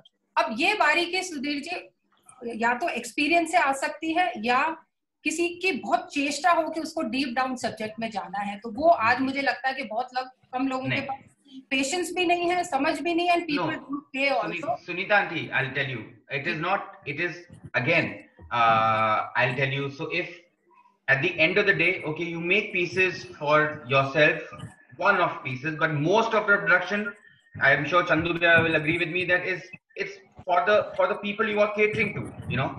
So आपको क्या है कि अगर उनको वो एस्थेटिकली पसंद है कि यू नो मेरा इनामल ग्रीन कलर यही होना चाहिए या मेरा रेड यही होगा, अगर वो हमको फीडबैक मिले, so we would go into it. But there are people are not really मतलब 100 लोगों में मे बी एक जना होता होगा जो बोलता होगा कि you know what, I'm not getting that pink enamel. Taj Mahal Shahjahan ने अपने रहने के लिए नहीं बनवाया था, so there are exceptions. तो एक ही ताजमहल है ना, सिर्फ एक ही है। अब आपके पास 50-100 ताजमहल नहीं दिखेंगे, आपको सिर्फ एक दिखेगा। अपने छोटे ताजमहल की मैं बात कर रही हूँ कि अगर जैसे अपने पैशन से अगर हम 2, 4, 5 पीसेस रखें तो वो आपको खुद को खुशी देता है ना। Certain things as I said no, like how you do your savings, you know. देखिए कह रहे जैसे मेरे से एक बार किसी ने सवाल किया, अभी आया भी था कि सोने के आप ऊपर जड़ाई है, नगीने ऊपर है, नीचे तो दिखता ही नहीं, फिर क्यों इतनी मेहनत करते हैं? तो इसके 2 रीजन जो मेरे को, एक मिस्टर ओपी उमट्राक्ट हैं जिन्होंने traditional jewellery of Jaipur, I mean traditional jewellery of India किताब लिखी थी। I happen to meet him, he had come and borrowed some of our pieces for his book. तो मैंने उनसे पूछा कि आप इतनी रिसर्च कर रहे हो, मुझे ये बताओ कि सोने के पीछे ये इतना मीना जो दिखता भी नहीं है क्यों किया जाता था? उसने तो मुझे जो एक रीजन दिया कि सोना धीरे धीरे जब स्किन से रब होता है तो घिसता है। So what he said was कि उसको वेयर आउट नहीं हो सोना, उसके लिए मीना हुआ होगा। और फिर जब मीना हुआ तो मुगलों को तो हर चीज आर्टिस्टिक चाहिए थी। फिर दूसरी चीज ये है कि एक आप कांच पहनेंगे और एक हीरा पहनेंगे, मुझे सामने से दोनों हीरे लगेंगे, लेकिन जिसने असली हीरा पहन रखा है उस व्यक्ति को जो दिल में खुद के खुशी है कि मैंने ये असली हीरा 5 कैरेट या 3 कैरेट या 2 कैरेट या 1 कैरेट का भी असली हीरा पहना है, वो दैट इज हिज और हर ओन प्लेजर। सो यही मीने में होता है कि आपने मीना में कितना खूबसूरत मीना पीछे हो रहा है, चाहे दिखता नहीं है, लेकिन आपके your skin perhaps can see it and you can feel it, your soul can feel it. Of course, something I agree. When you wear something in the back, exactly. तो क्या होता है? I mean, it makes you just feel special. But I think enamel, I think my perception, that's what I think, and I heard it from people above me. I think they said कि एक gold की quality भी अगर enamel अच्छा होता है तो उसकी gold की quality भी पहचानी जा सकती है। So if you do enamel on 18 carat, the enamel won't come as पहले करते ही नहीं थे मेरे पुराने कारीगर। आज भी मैं उनसे कहता हूँ भैया इसका परसेंटेज कम करो, कहते हैं हमसे नहीं होता। 23.5 कैरेट में बनती है मेरी चीजें, जो देसी मीना जिसे ये बोलते हैं आजकल, चटक लाल, और एक फाख्ताई रंग और होता है जो आजकल नहीं कर पाते, which is turquoise type of colour. Pigeon वाला जो कलर होता है फाख्ताई, वो फाख्ताई रंग ही नहीं हो सकता जब तक कि प्रॉपर भट्टी में और प्रॉपर ताप नहीं लगे। तो ये ऐसे कई पुराने लाल, चटक लाल, सफेद चलवा, फाख्ताई, ये अब पॉसिबल ही नहीं है जब तक आप बनवाने वाले को अकल हो और बनाने वाला समझे और मेहनत करे और कोशिश करे कि हो। देखिए हमारी जयपुर की टीम कितनी पैशनेट है about this art and craft. No wonder Jaipur is known for meenakari. आप लोगों ने ये लेगेसी को चलाए रखा है। प्रतीक जी मुझे एक बताइए, आज नई जो जड़ाऊ की ज्वेलरी बन रही है उसमें आप क्या चेंज देख रहे हैं? और आप जो पुरानी स्टाइल का काम भी आप समझने लगे और आपको पता ही है क्या होता था, इसके कंपैरेटिव अगर आप एक स्टडी या एनालिसिस करें तो what change are you seeing in today's new kind of jewellery which is being made? देखिए, आई थिंक अशोक भैया, the biggest at heart any Jadao jewelry is somehow or somewhere inspired from the past. I think the core of Jarao jewelry is the Mughal era, or maybe the era bygone. That is it. Now, today's times, I think designs, likings, people's wants, they keep changing.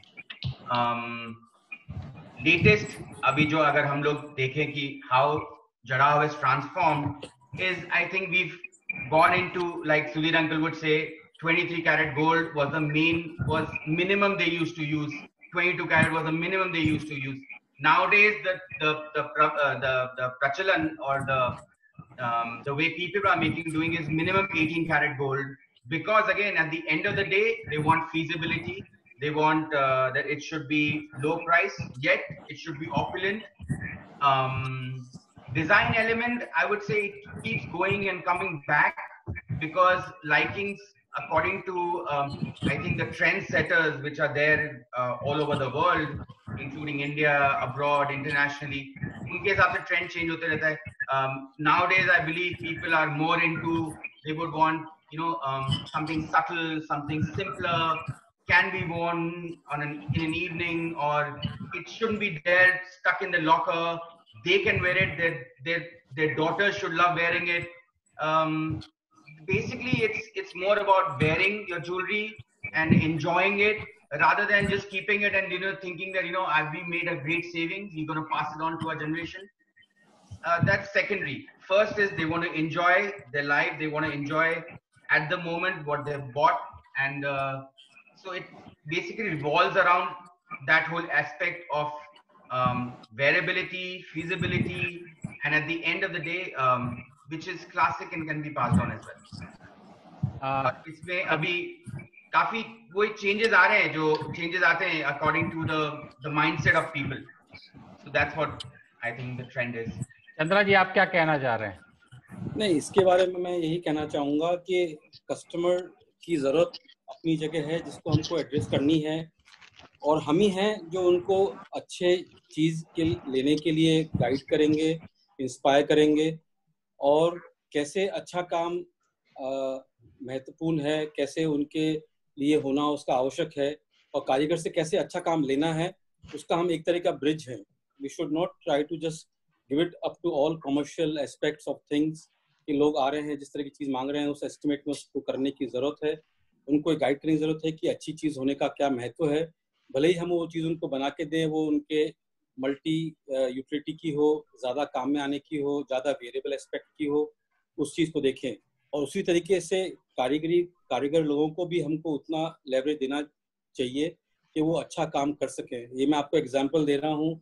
जब मैं बैठता था अपने father के पास, कोई चीज़ जब बन के आती थी तो पहले फ्रेम के रूप में आती थी, वो उसकी कोई कमी होती थी तो उसको पॉइंट आउट करते थे. फिर मीनाकार के बाद में, मीना होने के बाद में आती थी तो मीना देख के बताते थे, भाई यहाँ पर रंग गहरा हो गया, इसको ठीक करो, इसके अंदर खुदाई ठीक नहीं है, खड्डे हो गए, इसको ठीक करिए. और उसके सब ठीक होने के बाद फिर जड़ाई के बाद में जो कमी या कुछ रहता था, नगीनों पे ठीक से कुंदन नहीं आता था, उसको ठीक करवाते थे. उसी तरीके से हमको मैन्युफैक्चरिंग एंड पे भी उसको देखना पड़ेगा, और उसी तरीके से हम कस्टमर को पास ऑन करें तो उनकी इंपॉर्टेंस को बताना पड़ेगा, जिससे कि वो उसके प्रति इंस्पायर्ड रहें. और ये एक तरह का इन्फॉर्मेशन है, एक तरह की शेयरिंग है. कोई प्रोडक्ट के बारे में जब अच्छाई होती है, बताते हैं, तो कस्टमर भी उसको समझते हैं, एब्जॉर्व करते हैं. अदरवाइज जो उनको मिल रहा है वो उसी को अच्छा समझते हैं. There is we need to communicate to them better about the better things and what is not good about.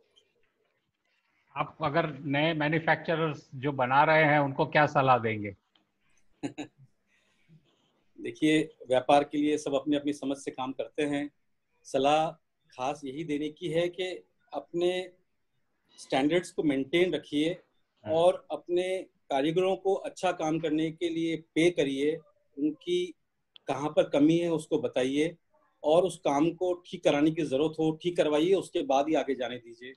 और कस्टमर्स को, because I'm probably the one who's manufacturing and selling together, and I know what other people are doing also, so I can definitely say कि customer को अगर आप educate करेंगे तो वो कुछ हद तक हो सकता है अपने एस्टिमेट को बढ़ाए, या कुछ हद तक अच्छी चीज़ लेने के लिए अपने माइंडसेट को चेंज करेंगे. भाई ठीक है, इतना भारी भरकम दिखने वाला नहीं होगा, थोड़ा हल्का ले लेंगे. जी. तो ये मेरी एक एडवाइस है to people to go for to maintain the quality of work. या I think Chandu bhai, educating customer is a win-win situation anyhow. whether they want to change it, not change it. If you educate your customer, I think that's the key to Jadao jewelry. Because I still feel the trust factor in Jadao jewelry is still a little lagging, which is basically, I feel, is because the customer is not very well educated in this aspect of the making, of the process of. You don't know what is the pain that goes to make one piece of jewelry. Yeah, and then and like like yesterday, Sunita auntie and me were chatting in the night, and a phrase came up to me like कि अभी तक भी कई जने ऐसे सोचते हैं कि this Jadao jewelry is like a Taj Mahal. Once you break it, there's nothing of it. As long as the Taj Mahal is standing, it's fine. But जैसे ही उसको तोड़ा, खत्म. So that came naturally to me last time when I spoke to Sunita auntie. But yeah, I think education is the key, where we need to let people know that it is an art where, if nothing, it is not that something which you value like you value like a diamond or a ruby. It is something which is an art form, and which we need to it's combination really of everything. Yeah, the we need to metal value, the stone value, the art value, the perception value, and the possession value. ये सब चीज़ का combination है. Yeah. There's not only one element here. अब तो सभी लोग, I think every retailer is providing detail on the tag price. No, so let's come back from the art and craft to like today's world. No, exactly. It has a component. Every component is there. Yeah, so everybody is providing. Yeah, even a detail of thread is mentioned on the tag. So this Yeah, is but business. Yeah. मैं एक प्रश्न पूछना चाह रहा हूँ शिमुल जी. जी designing element जो है, जी एक एलिमेंट, एक एस्पेक्ट है हेरिटेज का, एक एस्पेक्ट है of today's thought process. How do you actually blend these two together to make something which is very unique? Yeah, I think it's a very good question you are asking, and even going back to your earlier question in terms of what today's young consumers are actually demanding when we talk of traditional art form of Kundan Meenakari and all of that. I think we need to understand that today's young generation, and if we are talking of the millennials or the young potential buyers of jewelry of India, what's interesting is that at heart they are still very, very traditional. So any wedding in the family or whatever, they still would want to buy and own a piece of Jadao jewelry. But at the same time, I think the concurrent thing is that they are also extremely global. So these are the traditionally rooted yet globally inclined citizens of the world who have a huge amount of social media presence. Yeah. So I think they do look at, maybe the technique could be very traditional, but the rendition, the visual aesthetics of the product is something where they do, expect certain degree of newness, certain degree of contemporariness. Lovely that in, traditional work from Jaipur, you see the rubies and emeralds and diamonds and all. But today, I think we want jewelry to go with, coordinate with the kind of clothes they are going to wear. Some of the panelists have said earlier, they even want, it to be an extension of who they are and, their persona and their lifestyle. So these are some of the things that, the young customers of jewelry are going to be looking for more and more.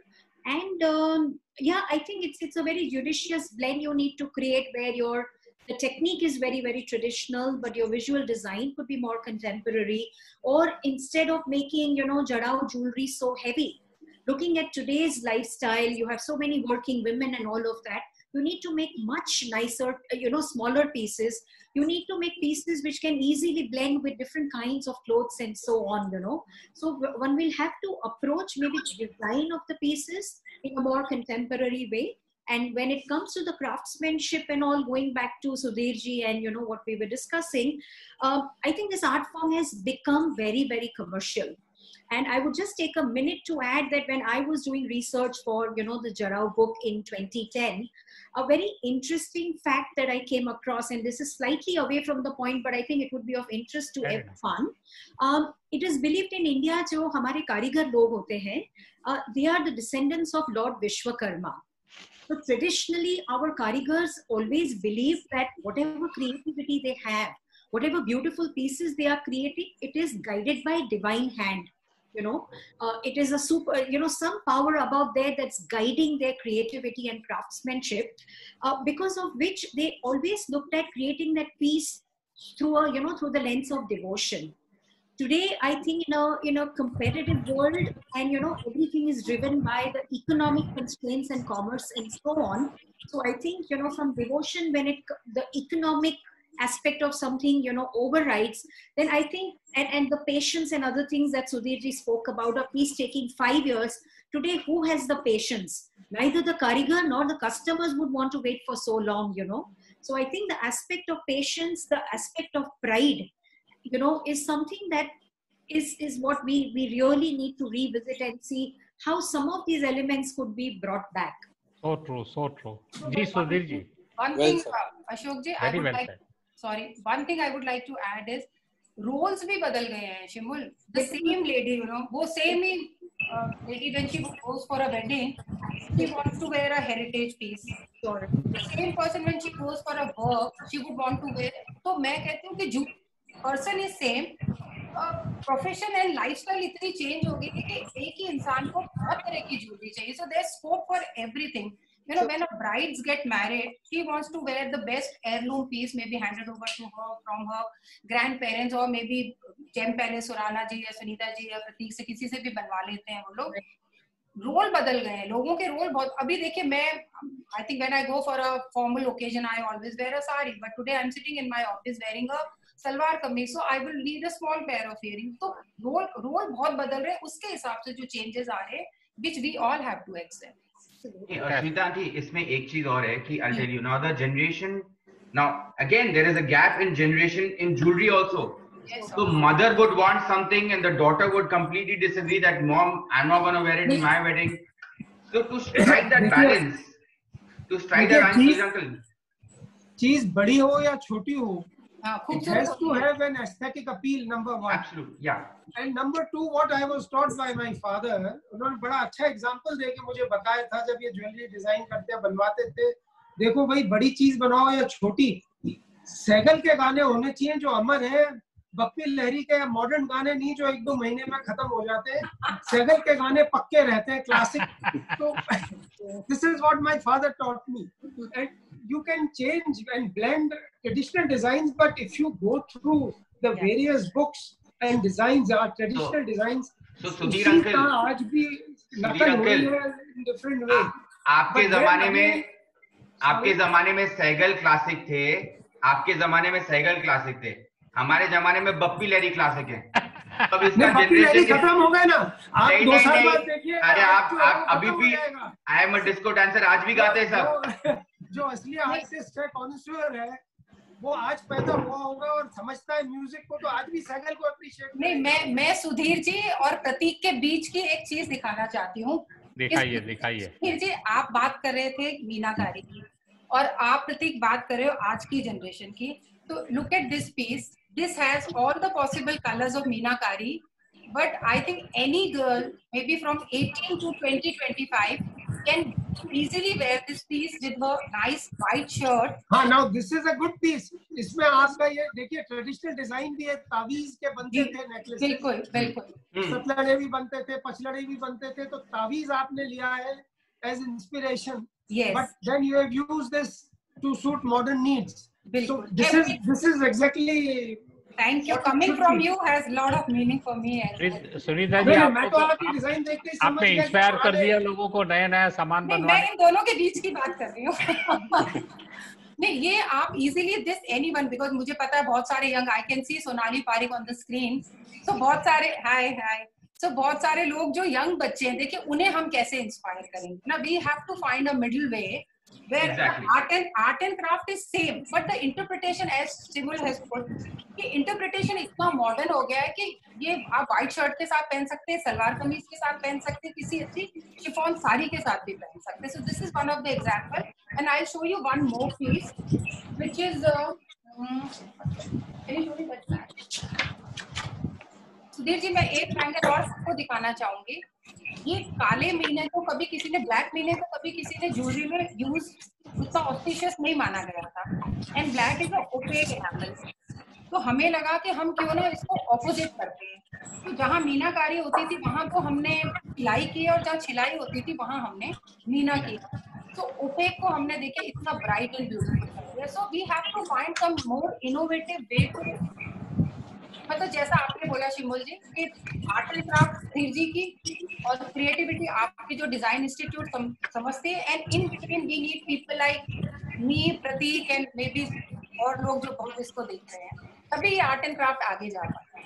ये बस इसमें यही कहना चाह रहा था कि things could be traditional, things can be the original idea where we get inspired from, पर हमको इंस्पिरेशन को लेते हुए प्रेजेंट टाइम्स के हिसाब से काम करना चाहिए। जैसे हमारे आगे वाली जनरेशन उसको पहनने के लिए इच्छुक हो और हो सकता है वो चीज इस तरह की हो जो वो कभी भी पहन सकें। पहले हो सकता है शादियों के लिए या स्पेशल ओकेजन के लिए सोचा जाता था, पर आज ओकेजन बहुत हो गए हैं, लोगों को चीजें उस तरह की चाहिए जो पहनी जा सकती हैं, because everything is from the treasure box of history and we have to derive it in the right form, in the right way. How you can present it becomes very important. Like with the present time, how you want to work with those things becomes important, and continuing the quality and the artistry into it. कारीगरों को भी काम मिल रहा है, आगे भी काम बढ़ता रहेगा, यंगर जनरेशन को भी हम समझा पाएंगे, और of course we also have to earn our livelihood. So this is a perfect balance of art, craft, culture, and as I said earlier, to be continued. Sir अभी एक सवाल ये खड़ा होता है कि ज्वेलरी एक तो बनती है सबसे ज्यादा जयपुर में, लेकिन बिकती है पूरे इंडिया में। आज रिटेल सेक्टर जो है बहुत बड़ी मात्रा में जड़ाऊ ज्वेलरी बेचने लग गया है, और अब हर एक शहर में जितने भी बड़े नाम हैं उनके यहाँ पर एक सेक्शन जड़ाऊ के लिए अलग होता है पूरा, और उस जड़ाऊ सेक्शन में जब आप जाते हैं तो उनकी दुकान का जो फ्लेवर है वही फ्लेवर उस जड़ाऊ सेक्शन का होता है, उसमें बहुत ज्यादा अंतर नहीं होता है। और ऐसा क्या एक रिटेलर कर सकता है कि जड़ाऊ को टोटली हाईलाइट करके उसमें एक ओरिजिनलिटी ले आ सके? पहले तो एक तो on the aesthetic aspects of the section of उनके शोरूम के, दूसरे के ज्वेलरी के डिस्प्ले में क्या अंतर लाना चाहिए एक ज्वेलर को एक जड़ाऊ ज्वेलरी को हाईलाइट करने के लिए, और हकीकत में कौन सी ज्वेलरी नहीं टच करनी चाहिए और कौन सी रियली बिल्ड करनी चाहिए? इसमें तो आपका क्वेश्चन बहुत रहस्यमय और बहुत विराट है, उसको तो 2 पार्ट में ब्रेक कर देंगे तो आंसर इजी होगा। नहीं, लेकिन जड़ाऊ ज्वेलरी की पॉपुलैरिटी प्राइस है। अब आप 5 लाख रुपए में आप अच्छा खासा ब्राइडल सेट ले सकते हैं, of course not very high quality. अब 5 लाख में आप हीरे का सादा कारी का कोई नेकलेस या लेने जाएंगे तो एक छोटा सा पेंडेंट भी नहीं मिलेगा। तो डेकोरेशन के पॉइंट ऑफ व्यू से, प्राइस के पॉइंट ऑफ व्यू से कस्टमर्स वो प्रेफर कि अगर ब्राइडल ज्वेलरी है तो वो 5 लाख में ब्राइड को पूरा ज्वेलरी से अडॉर्न कर देगी, और 5 लाख में खाली हीरे की आप सोचेंगे तो एक छोटा सा हीरे का I think 15 सेंट का 20 सेंट का हीरा है। Very well said, but at the same time I believe Indian clothes also complement jadao jewelry a lot. No, that is absolutely right. It is one of the key points. But now हम ऐसी भी तो बनाते हैं जो western clothes के साथ भी लड़कियां या पहन सके औरतें, जैसा अभी सुनीता जी ने बताया। अब ये तो it can go with western clothes also, it is not कि it has to be with a sari और बेस ऑफ राजस्थान और राजस्थानी ड्रेस।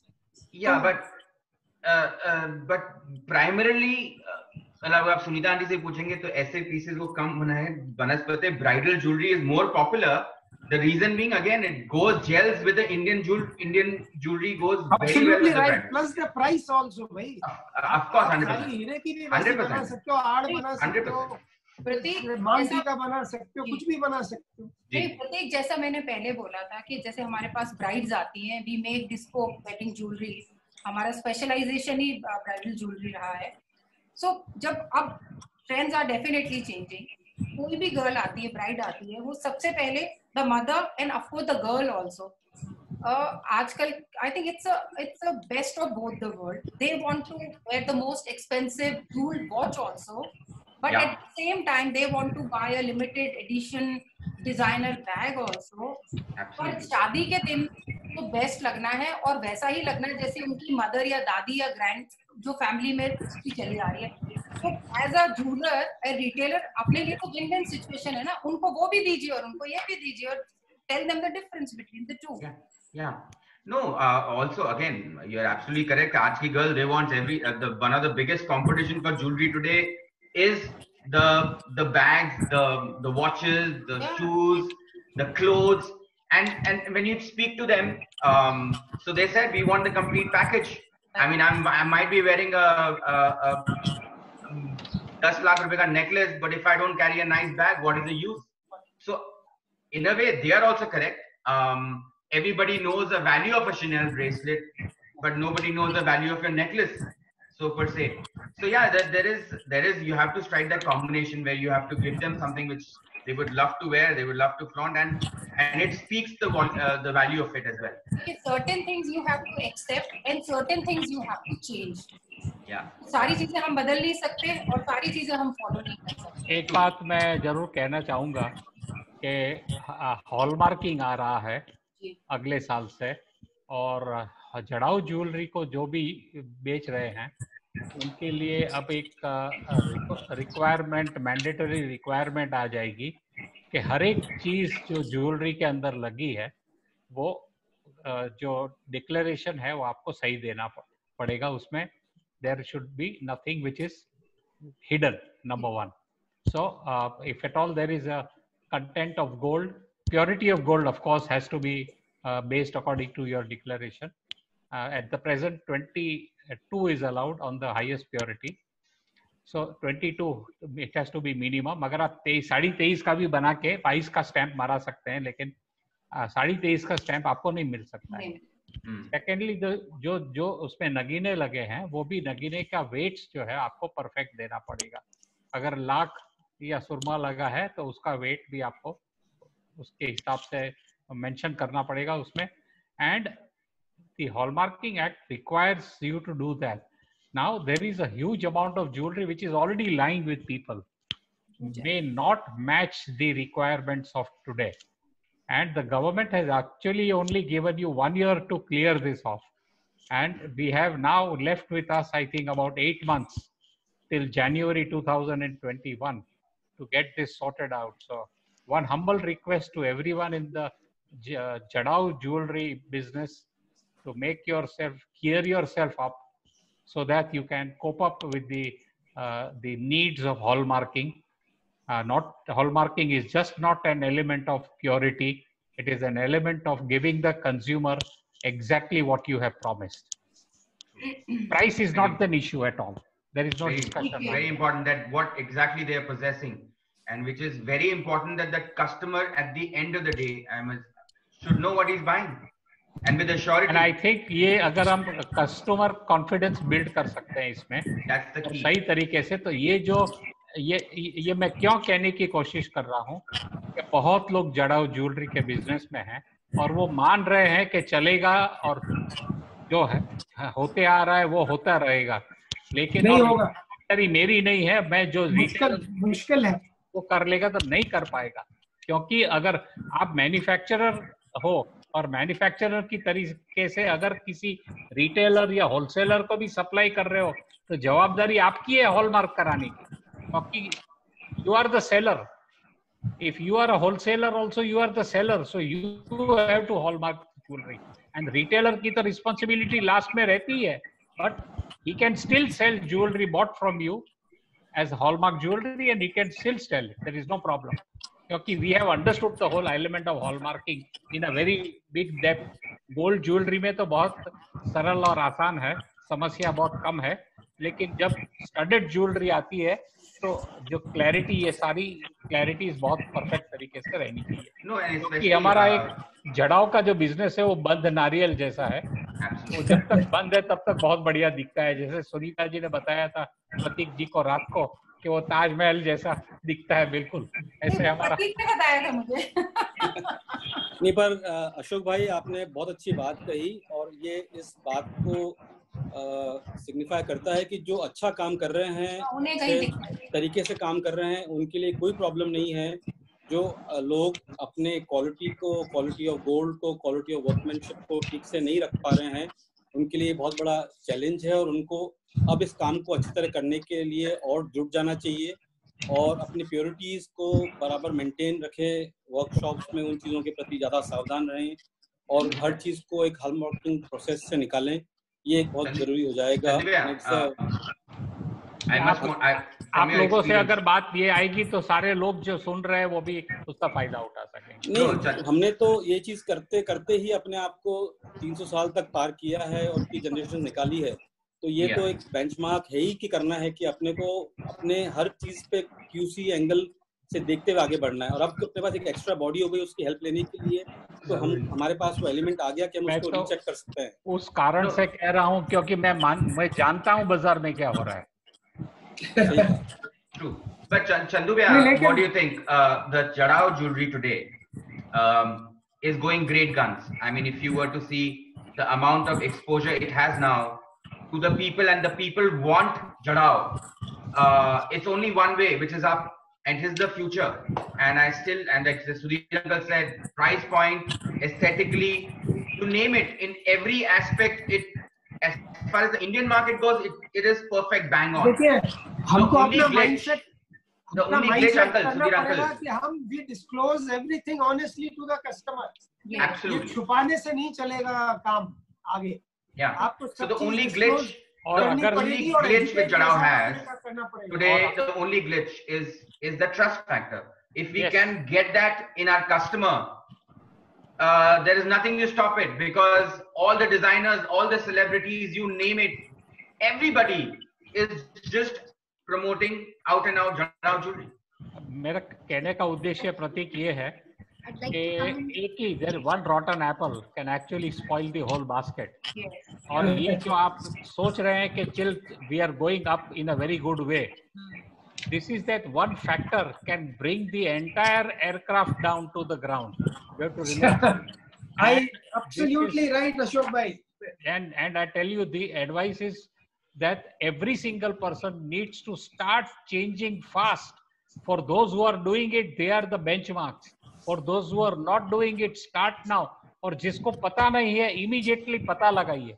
लेकिन अपने change ले आइए, क्योंकि अपने को ये business करना है और लंबा करना है और अच्छी तरह से करना है और बढ़ाना है इसको. क्योंकि अगर आप 18 कैरेट में अगर जड़ाऊ बना रहे हैं तो 18 कैरेट का स्टैंप लगवाइए, अगर वो 22 कैरेट का बन रहा है या बेटर बन रहा है तो उसका स्टैंप लगवाइए. You have to follow that particular. आज 3 प्योरिटीज कंफर्म्ड है, लेकिन हमने मांगा है 6 प्योरिटीज.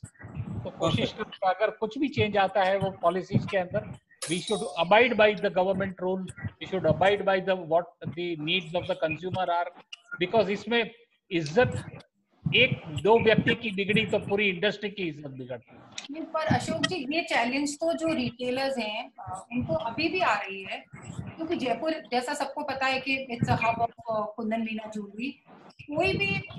कोई भी कारीगर या कोई भी वेंडर एक पुड़िया में सामान लाके, और कई बार हमारा क्लाइंट भी कहता है कि आपका ये सेट इतना एक्सपेंसिव क्यों है, हमें तो सेम लुक का सेट इतने प्राइस में मिल रहा है. और जब हम उसको वजन देख के मतलब गोल्ड की प्राइस के भी कम में वो सेट कोई कैसे बेच सकता है. तो we are rather happy people who carry a brand name और लेगेसी, उनके लिए तो ये मतलब it's rather going to help us. ये प्रतीक, आप लोगों को भी सुधीर जी, एक बार आपसे भी मेरी शायद बात हो रही थी कि उस कीमत में, जिस कीमत में सोना भी नहीं आता उस प्राइस का, कोई पोल्की का नेकलेस कैसे बेच सकता है. It's a very big. ये सुनीता जी, मैं 60 में भी सुन रहा था, फिर 70 में भी सुन रहा था, 80 में भी सुन रहा था. उस जमाने से चलते आ रहा है ये कोई. It's been going on, but now when hallmarking comes in the picture, I think this should change a lot. This will change a lot. Ashok, can I add something? Yes, please, Shimul ji, you need to also tell us about the millennials. No, so I think we are very rightly said on some regulation, the purity, the authenticity and all of that is going to be very important and regulated by. शिमल जी, आपकी आवाज थोड़ी सी कम आ रही है. Can you hear me? Can you hear me? Yeah. Okay, we are discussing this so far from regulation point of view, which the government is going to bring in. From the consumer point of view also, we need to understand that today's young generation, whom we know them as the millennials, And Generation Z are the people who are younger than the millennials. These are the kids who are born in 2000, and they are in their teens or late teens right now. I think for these two generations, which are going to be your major consumer base, all over the world, I think they are looking at a lot of transparency. They want high trust factor in any product that they buy. They want to make sure that whatever they are buying is ethically produced. It is not harming the environment. There is no child labor, there is no exploitation. And I don't think, this whole mindset does not, it implies, or it applies to the jewelry industry also. So it's not only about what the government is going to introduce as a regulation, but what the customers are also going to be more and more demanding. And I think this is something that we all, as the jewelry industry, we need to be very, very mindful of. Fantastic. I think on a closing note, I would request if everyone can just for one or 2 minutes say something, so that we can then immediately wind up and look for question and answers from the people. Yeah. Sudhir ji, if you can start, just a note of advice. देखिए, आज बातों से ये तो निकला कि business ethics is an important part. And we should be honest with the customer and also educate him. ये जो अभी सुनीता जी ने बात की कि वो वैसी की वैसी डिजाइन सस्ती है और आपकी महंगी है, तो customer should be properly educated कि क्यों एक चीज महंगी है और क्यों सस्ती है. तो आई फील कि एक तो अपने को बिजनेस एथिक्स फॉलो करने चाहिए. You have to be sincere and honest with the customer. अब नहीं चलेगा, क्या बोलते हैं वो, नमक में आटा नहीं चलेगा. चंद्रा जी, आप क्या कहना चाह रहे हैं? नहीं, इसमें एक ही चीज सामने निकल के आ रही है कि क्वालिटी का काम करने वालों के लिए कभी चैलेंज नहीं है, और आप कोई मिड पाथ निकाल के काम करना चाहेंगे तो आपकी गाड़ी हर वक्त डगमगाती रहेगी. Try to sustain the quality, encourage artisans to do better work, try to educate your customer to go for better product, and find a balance. Sometimes they will come to you for asking for something which is not possible in that price category. You have to explain them. And आप देख रहे हो, जब लोग purse खरीद सकते हैं उस कीमत की, दूसरी चीजें खरीद सकते हैं उस कीमत की, तो आप अपना प्रोडक्ट क्यों नहीं बेच सकते हो? तो ज्वेलरी है. So you have to just be standing to that front and don't accept. आज की तारीख में हम सब चीज मैन्युफैक्चर नहीं कर सकते हैं. There are certain people who are manufacturing for us. We have to also regulate those things with them. भाई इसका ध्यान रखिए, ये चीज नहीं होनी चाहिए. Everybody is not holding workshops. Everybody is not having karigars to get it done, but we have to tell them कि don't try to demean the thing. अगर आप वो करेंगे तो हम sustain नहीं कर पाएंगे और ये चीज में खराबी ज्यादा होगी. ये दोनों तरह से हमारा बैलेंस चलना चाहिए. और मिलेनियल्स के लिए हमको जो काम करना है उसका बैलेंस निकालना है कि उनकी चीज किस तरह की हो जो कि शादी में भी पहन लें और बाद में भी काम में ले सकें और उसको एंजॉय कर सकें. Okay, thank you sir. Sarita ji, आप क्या कहेंगी?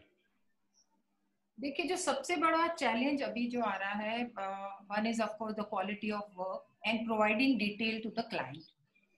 कुछ ऑर्गेनाइजेशन हैं जो बाकायदा they are fair to themselves. I will not say that they are fair to the client, but आप सबसे पहले तो अपने बिजनेस के लिए फेयर होते हैं. बट सबसे बड़ा चैलेंज जो है कि क्लाइंट को एजुकेट करने के बावजूद जो डिजिटल एज ने सबसे ज्यादा ज्वेलरी बिजनेस को, मैं खराब शब्द यूज करना चाहूंगी, बिकॉज डिस्टेंस से जो चीज जितनी खराब है ना अशोक जी, वो उतनी खूबसूरत लगती है. अब लोगों को आजकल सिर्फ ज्वेलरी एक पोस्ट के लिए या इंस्टाग्राम के लिए चाहिए होती है. अब वो बनाने वाले लोग भी हैं और वो लोग भी हैं जो लेंस से देख के, सुधीर जी और हमारी तरह और बाकी जो सामने चंदू बाबू और प्रतीक, जो लेंस से भी दिखाते हैं कि देखिए हमारा काम देखिए कितना खूबसूरत है.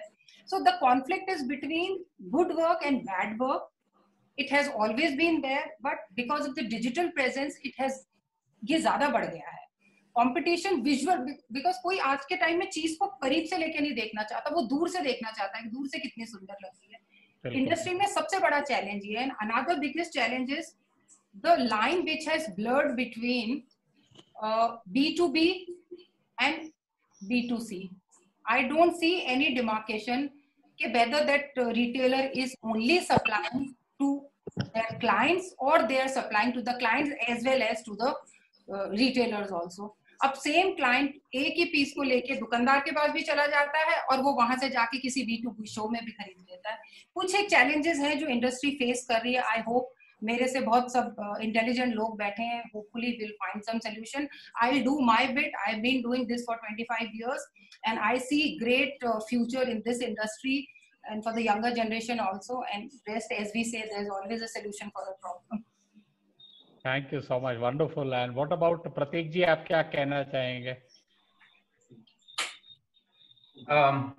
Hearing from all of you, I firmly believe that we have a great art form, which I don't think anybody possesses in the world. What we can do is we can take this internationally. We can elevate it to the global market and take it on the world map. As far as the quality is concerned, I think there is, I would say that we'll have to strike a balance between, between the quality and the quantity. If we run after quality, the quantity will be left behind, and if we do vice versa, it will be the same problem. So I think this striking the balance between the two and letting the customer know what he's getting. I mean, if you're making something A+, you should tell them that this is A+, and if you're making something C, you tell them this is C. At the end of the day, it's their call. If they know what they're spending on, and if it should be their money's worth. So, Fantastic. I'd like to come in 1 minute, Ashok bhai. देखिए, जड़ाऊ में चांदी पे भी काम होता है, ठप्पे का काम भी होता है, 18 कैरेट में भी होता है, 22 कैरेट में भी होता है. एक आपको जो स्ट्रीम पकड़नी है वो स्ट्रीम पकड़िए and be truthful to doing that particular thing. Don't try to intermix something or play with that kind of thing which will hurt customers' inception, the idea about the way thing is made, or even your projection to that particular kind of thing. This is what I want to share mainly. Ki it's a beautiful art and it should be kept in its own way of doing things, but choose that stream and follow and define it. Don't try to mix and make a hodgepodge of that and present it wrongfully to the customer.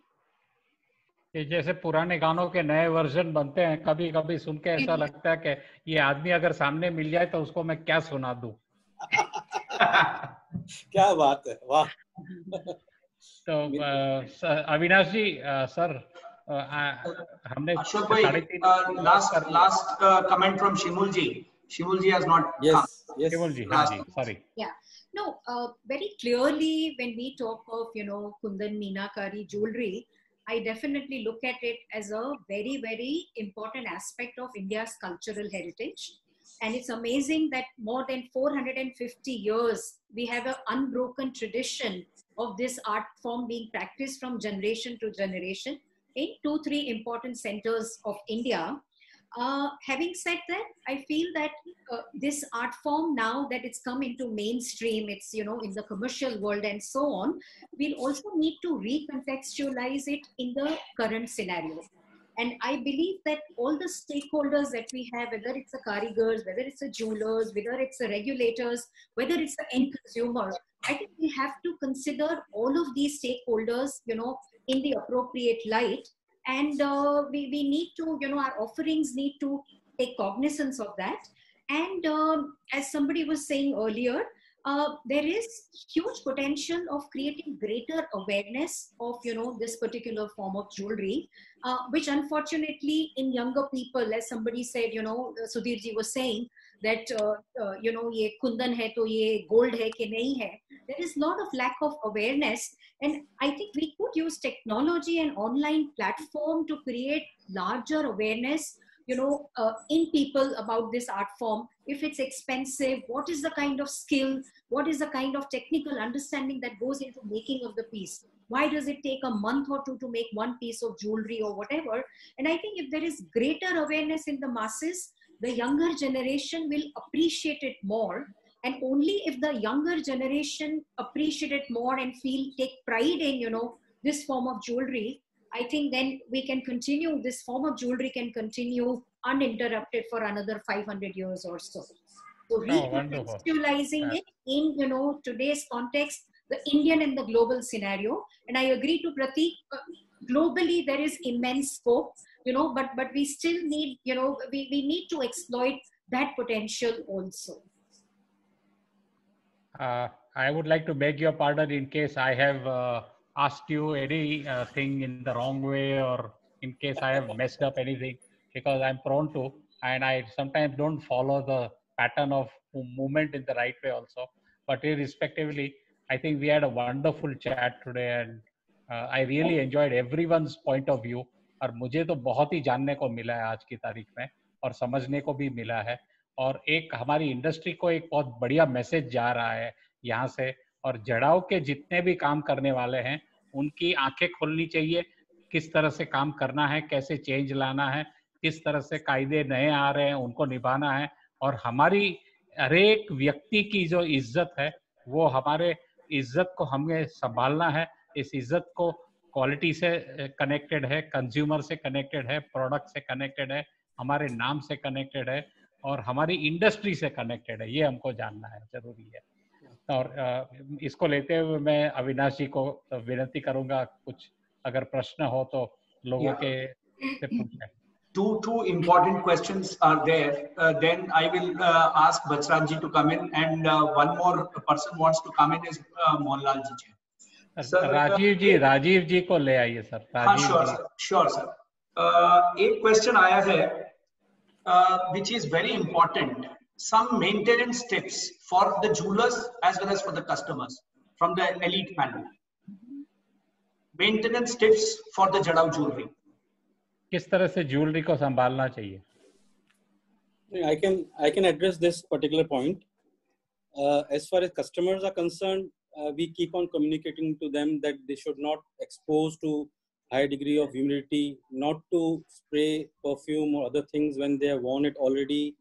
When they are removing it, just wipe it off with a soft cloth, and don't put it in a plastic, the box which has got some other component used with it, like वो gluing वगैरह जो होता है ना अपने डब्बों में आता है, उसकी वजह आप उसको रैप करके प्लास्टिक के डब्बे में रखें, आप सेफ में रख रहे हैं तो उस तरह से रखें। तो ये कुछ चीजें हैं जो हम कस्टमर्स को भी शेयर करते रहते हैं, and I think even the trade knows about it.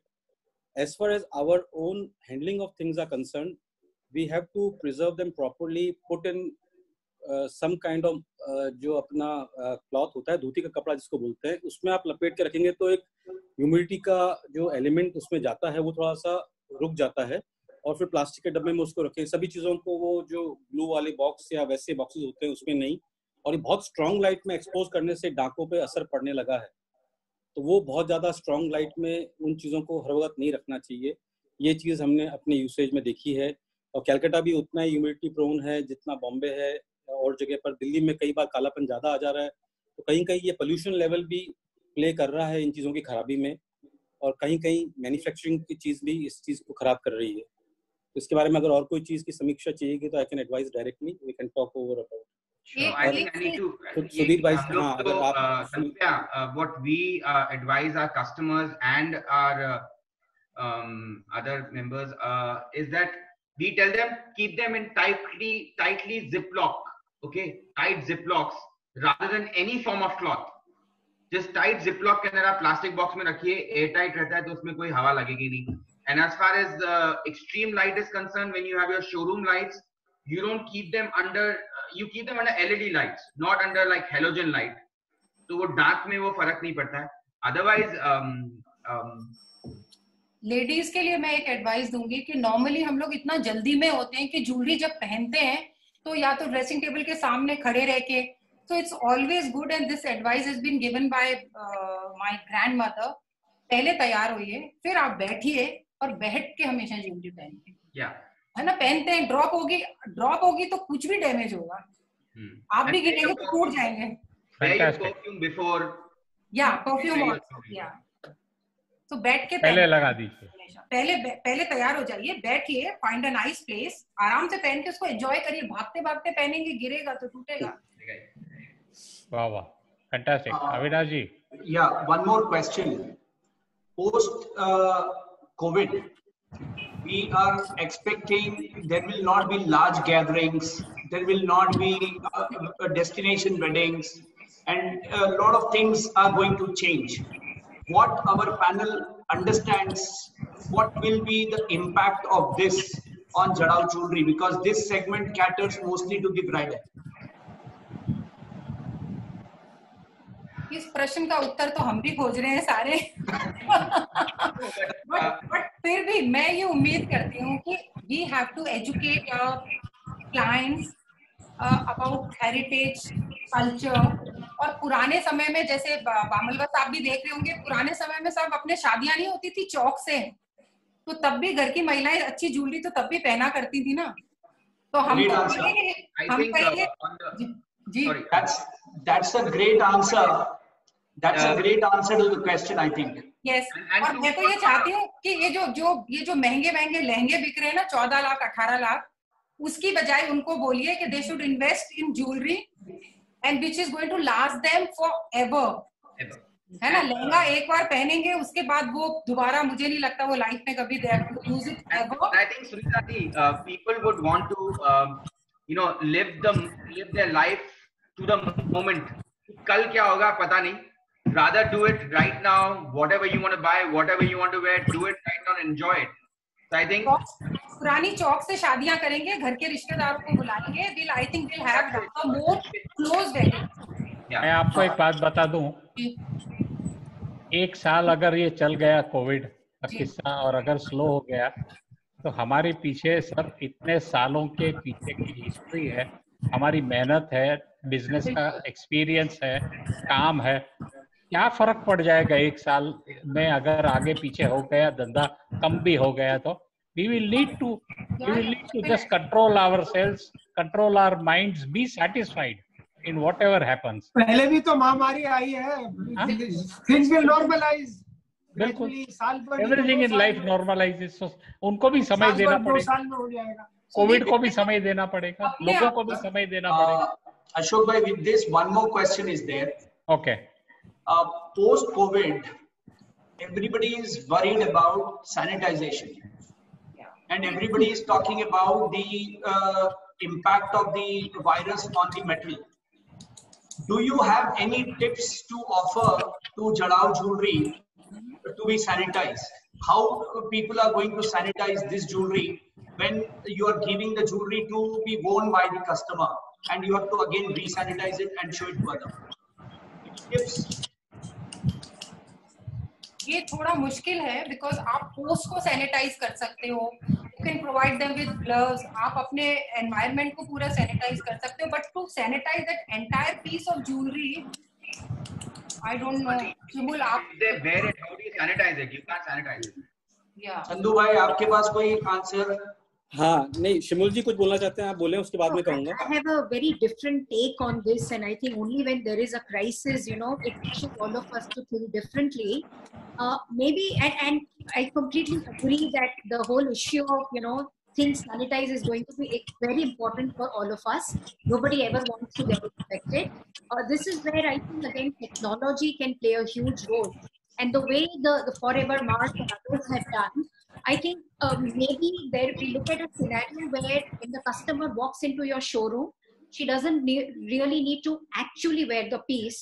If this could be visualized on a computer screen using the right software, and you know, it's put on her photograph itself, you know, maybe this could be a possibility. So Shimul ma'am, there are softwares which are available where you just need to, it's like a mirror. Yeah. You look at yourself in the mirror. Augmented reality. Augmented reality. Yeah, that's a great. Does a UV light hurt the Jadao jewelry? No, this is what I wanted to come in for. कि सारे precautions के बाद में gloves use करके customer को भी दिखाया, salesman ने भी रखा, उसके बावजूद भी हमको एक precaution रखना है. तो जिन surfaces को हम मीनाकारी वाला पोर्शन है जिसको हम सैनिटाइज कर सकते हैं, पूछ सकते हैं, वो रख लें. और कहते हैं कि एक यूवी बॉक्स, चाहे फोटोकॉपी मशीन टाइप का या छोटा एक मोबाइल साइज का, 2 तरह के अवेलेबल हैं. उसमें रखने से यूवी का फायदा होता है कि नहीं होता है, इसकी थोड़ी समीक्षा चल रही है. It is said to be only cleaning bacteria but not really the virus element. May be in a due course we'll come to know something about that, but we are trying to look into it more deeply and also open for any suggestions coming from the trade, more on that. But we'll have to be careful in making that handling. Okay. Thank you, sir. Thank you very much. Ashok bhai, Rajiv ji, I'm unable to see. One question Mr. Mohanlal Jain wants to ask. I will ask him to conclude it very fast. Then I'm coming to Bachraj ji. Okay. Mohanlal ji, quick question for you, sir. Yes, sir. Are you able to hear me, sir? Very well. Yeah, I am Mohanlal Jain from Hyderabad. पहले तो इस राष्ट्रीय धरोहर national जो कुंदन का सत सत प्रणाम सर. इवन सोते भी आपका फेस नहीं दिख रहा है मोहनलाल जी, बाल दिख रहे हैं सर. सोते भी सर क्राइस्टिस में भी अभी भी जड़ाऊ ज्वेलरी की रेस्पेक्ट की जा सकती है सर. इसमें एक हैदराबाद का योगदान है डाक का. हैदराबाद के निजाम के जमाने के जो कारीगर, आज भी जयपुर में जितनी ज्वेलरी बीकानेर में बनती है, डाक 90% हैदराबाद से बनती है. हमने इस पे रिसर्च किया है और कर रहे हैं भी, काली नहीं पड़ेगी. दूसरी एक बात सर, जो मैं कुंदन की ज्वेलरी खुद बैठ के बनाता था, जो ट्रांसपेरेंसी है, जो लाख भरने के लालच है कारीगरों का, इसको एसोसिएशन को कुछ एजुकेट करना चाहिए कि कुंदन का ज्वेलरी का जो एक स्टिग्मा अटैच है वो निकलना चाहिए सर. तीसरी बात सर, अभी जो हैदराबाद में शुरू किया बगर लाख का कुंदन का ज्वेलरी, और दूसरी है कि आगे मिलेनियल्स के लिए क्या करें, तो हमने शुरू कर दिया है कुंदन में फ्लेक्सी ज्वेलरी. हैदराबाद में कुंदन में फ्लेक्सी ज्वेलरी और सैनिटाइजेशन का भी हम डायमंड में और गोल्ड में हमने शुरू कर दिया है. अभी जैसे होगा कुंदन में कैसे क्वेश्चन आपका है सर, आपका क्वेश्चन क्या है फॉर द पैनल? मतलब एसोसिएशन जो है मेरे सुधीर जी कासलीवाल जी से है कि भाई जो कारीगर लोग, जयपुर का जो एक स्टिग्मा अटैच है बाई बैक में जो है, वो एक एसोसिएशन को कुछ इनिशिएटिव लेना चाहिए ताकि कुंदन का एक रेस्पेक्टफुल आवे. कुंदन की बात करते गिराक का वो है. Okay sir, thank you. Bachraj ji, over to you. Thank you very much. मुझे ये दायित्व दिया गया है कि आज के पैनल को मैं थैंक यू बोलूं, लेकिन इनफैक्ट मुझे ऑनेस्टली पूछा जाए तो मेरे पास में शब्द नहीं है कि मैं किस तरह से आप लोगों का धन्यवाद. सबसे पहले मैं धन्यवाद देता हूं इस पैनल को एक साथ में आने के लिए, और दूसरा सबसे बड़ा धन्यवाद है पूरे पैनल को ये है कि ऑनेस्टली और ओपनली जिस तरह से हमने आज डिस्कशन किया है, ये हमारा आज का सेशन जो है, ये सेशन एक हमारी धरोहर बनकर रह जाएगा. YouTube में इसको हम लोग इसको YouTube में भी देंगे और ये हर ज्वेलर के लिए एक एसेट बन जाएगी अपने लिए और अपनी आने वाली पीढ़ी को इस आज के सेशन को दिखाने के लिए. सुधीर जी ने जिस तरह से हमें जड़ाऊ ज्वेलरी का इतिहास बताया कि किस तरह से ये ज्वेलरी चालू हुई, मैं धन्यवाद देता हूं उनका. आज हम लोगों के दिमाग को मतलब उन्होंने खोल के रखा और ज्ञान अर्जित हम लोगों ने किया. चंद्र जी सुराना ने भी पूरे अपने एक्सपीरियंस को शेयर किया और ओपनली जिस तरह से शेयर किया, डिस्पाइट ये जानते हुए भी कि हम सारे ज्वेलर का पैनल ये है और सारे ज्वेलर इसमें देख रहे हैं, उन्होंने ओपनली अपने ट्रेड्स की सीक्रेट को उन्होंने शेयर किया. सुनीता जी ने भी मतलब जिस तरह से बारीकियों को समझाया है, ये हमारे लिए बहुत लाभदायक है. मैं तहे दिल से सबका स्वागत करता हूँ, धन्यवाद देता हूँ.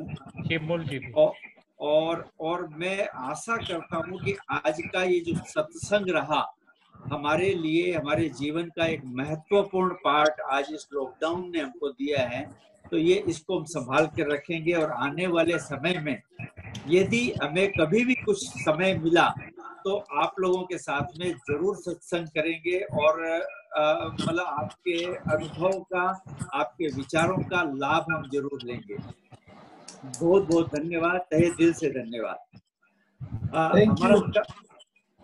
हमारा कल का एक सेशन है जिसमें हम कल बात करेंगे, जो बहुत इम्पोर्टेंट सेशन है और इंटरेस्टिंग सेशन होगा, जिसमें फ्यूचर ग्रुप के किशोर बियानी जी होंगे और दूसरे पैनलिस्ट भी हैं. मिस्टर रोहन शाह है. हाँ, रोहन शाह जी हैं सुप्रीम कोर्ट के साथ जो में ये सब्जेक्ट ऑफ डिस्कशन है द आर्ट ऑफ नेगोशिएशन. हाँ. और इसका मॉडरेशन करने वाले हैं बीरेन वैद्य जी फ्रॉम रोज. हाँ. Mr. Rohan Shah hai. He's an advocate in the Supreme Court and a counsel over there. And along with that, we have Ashish Basinji, who is from the media and advertising area. And we have Rakesh Biani ji, who is the MD of retail, Future Retail. तो कल मिलते हैं sir. इसके बाद एक आगे for another interesting session of Mindspeak. तब तक के लिए सबको sir all the best. Goodbye. Thank you very and much. Have a wonderful day. Thank you for having us. Thank you. Thank you, Ji. Thank you, Shimul ji. Thank you, Chandu bhai. Thank you, Sudhir ji, and thank you, Sunita ji. Thank you. Thank you very much. Pleasure to have you all. Thank you very much, all of you. Thank you, Avinash bhai and Ashok bhai.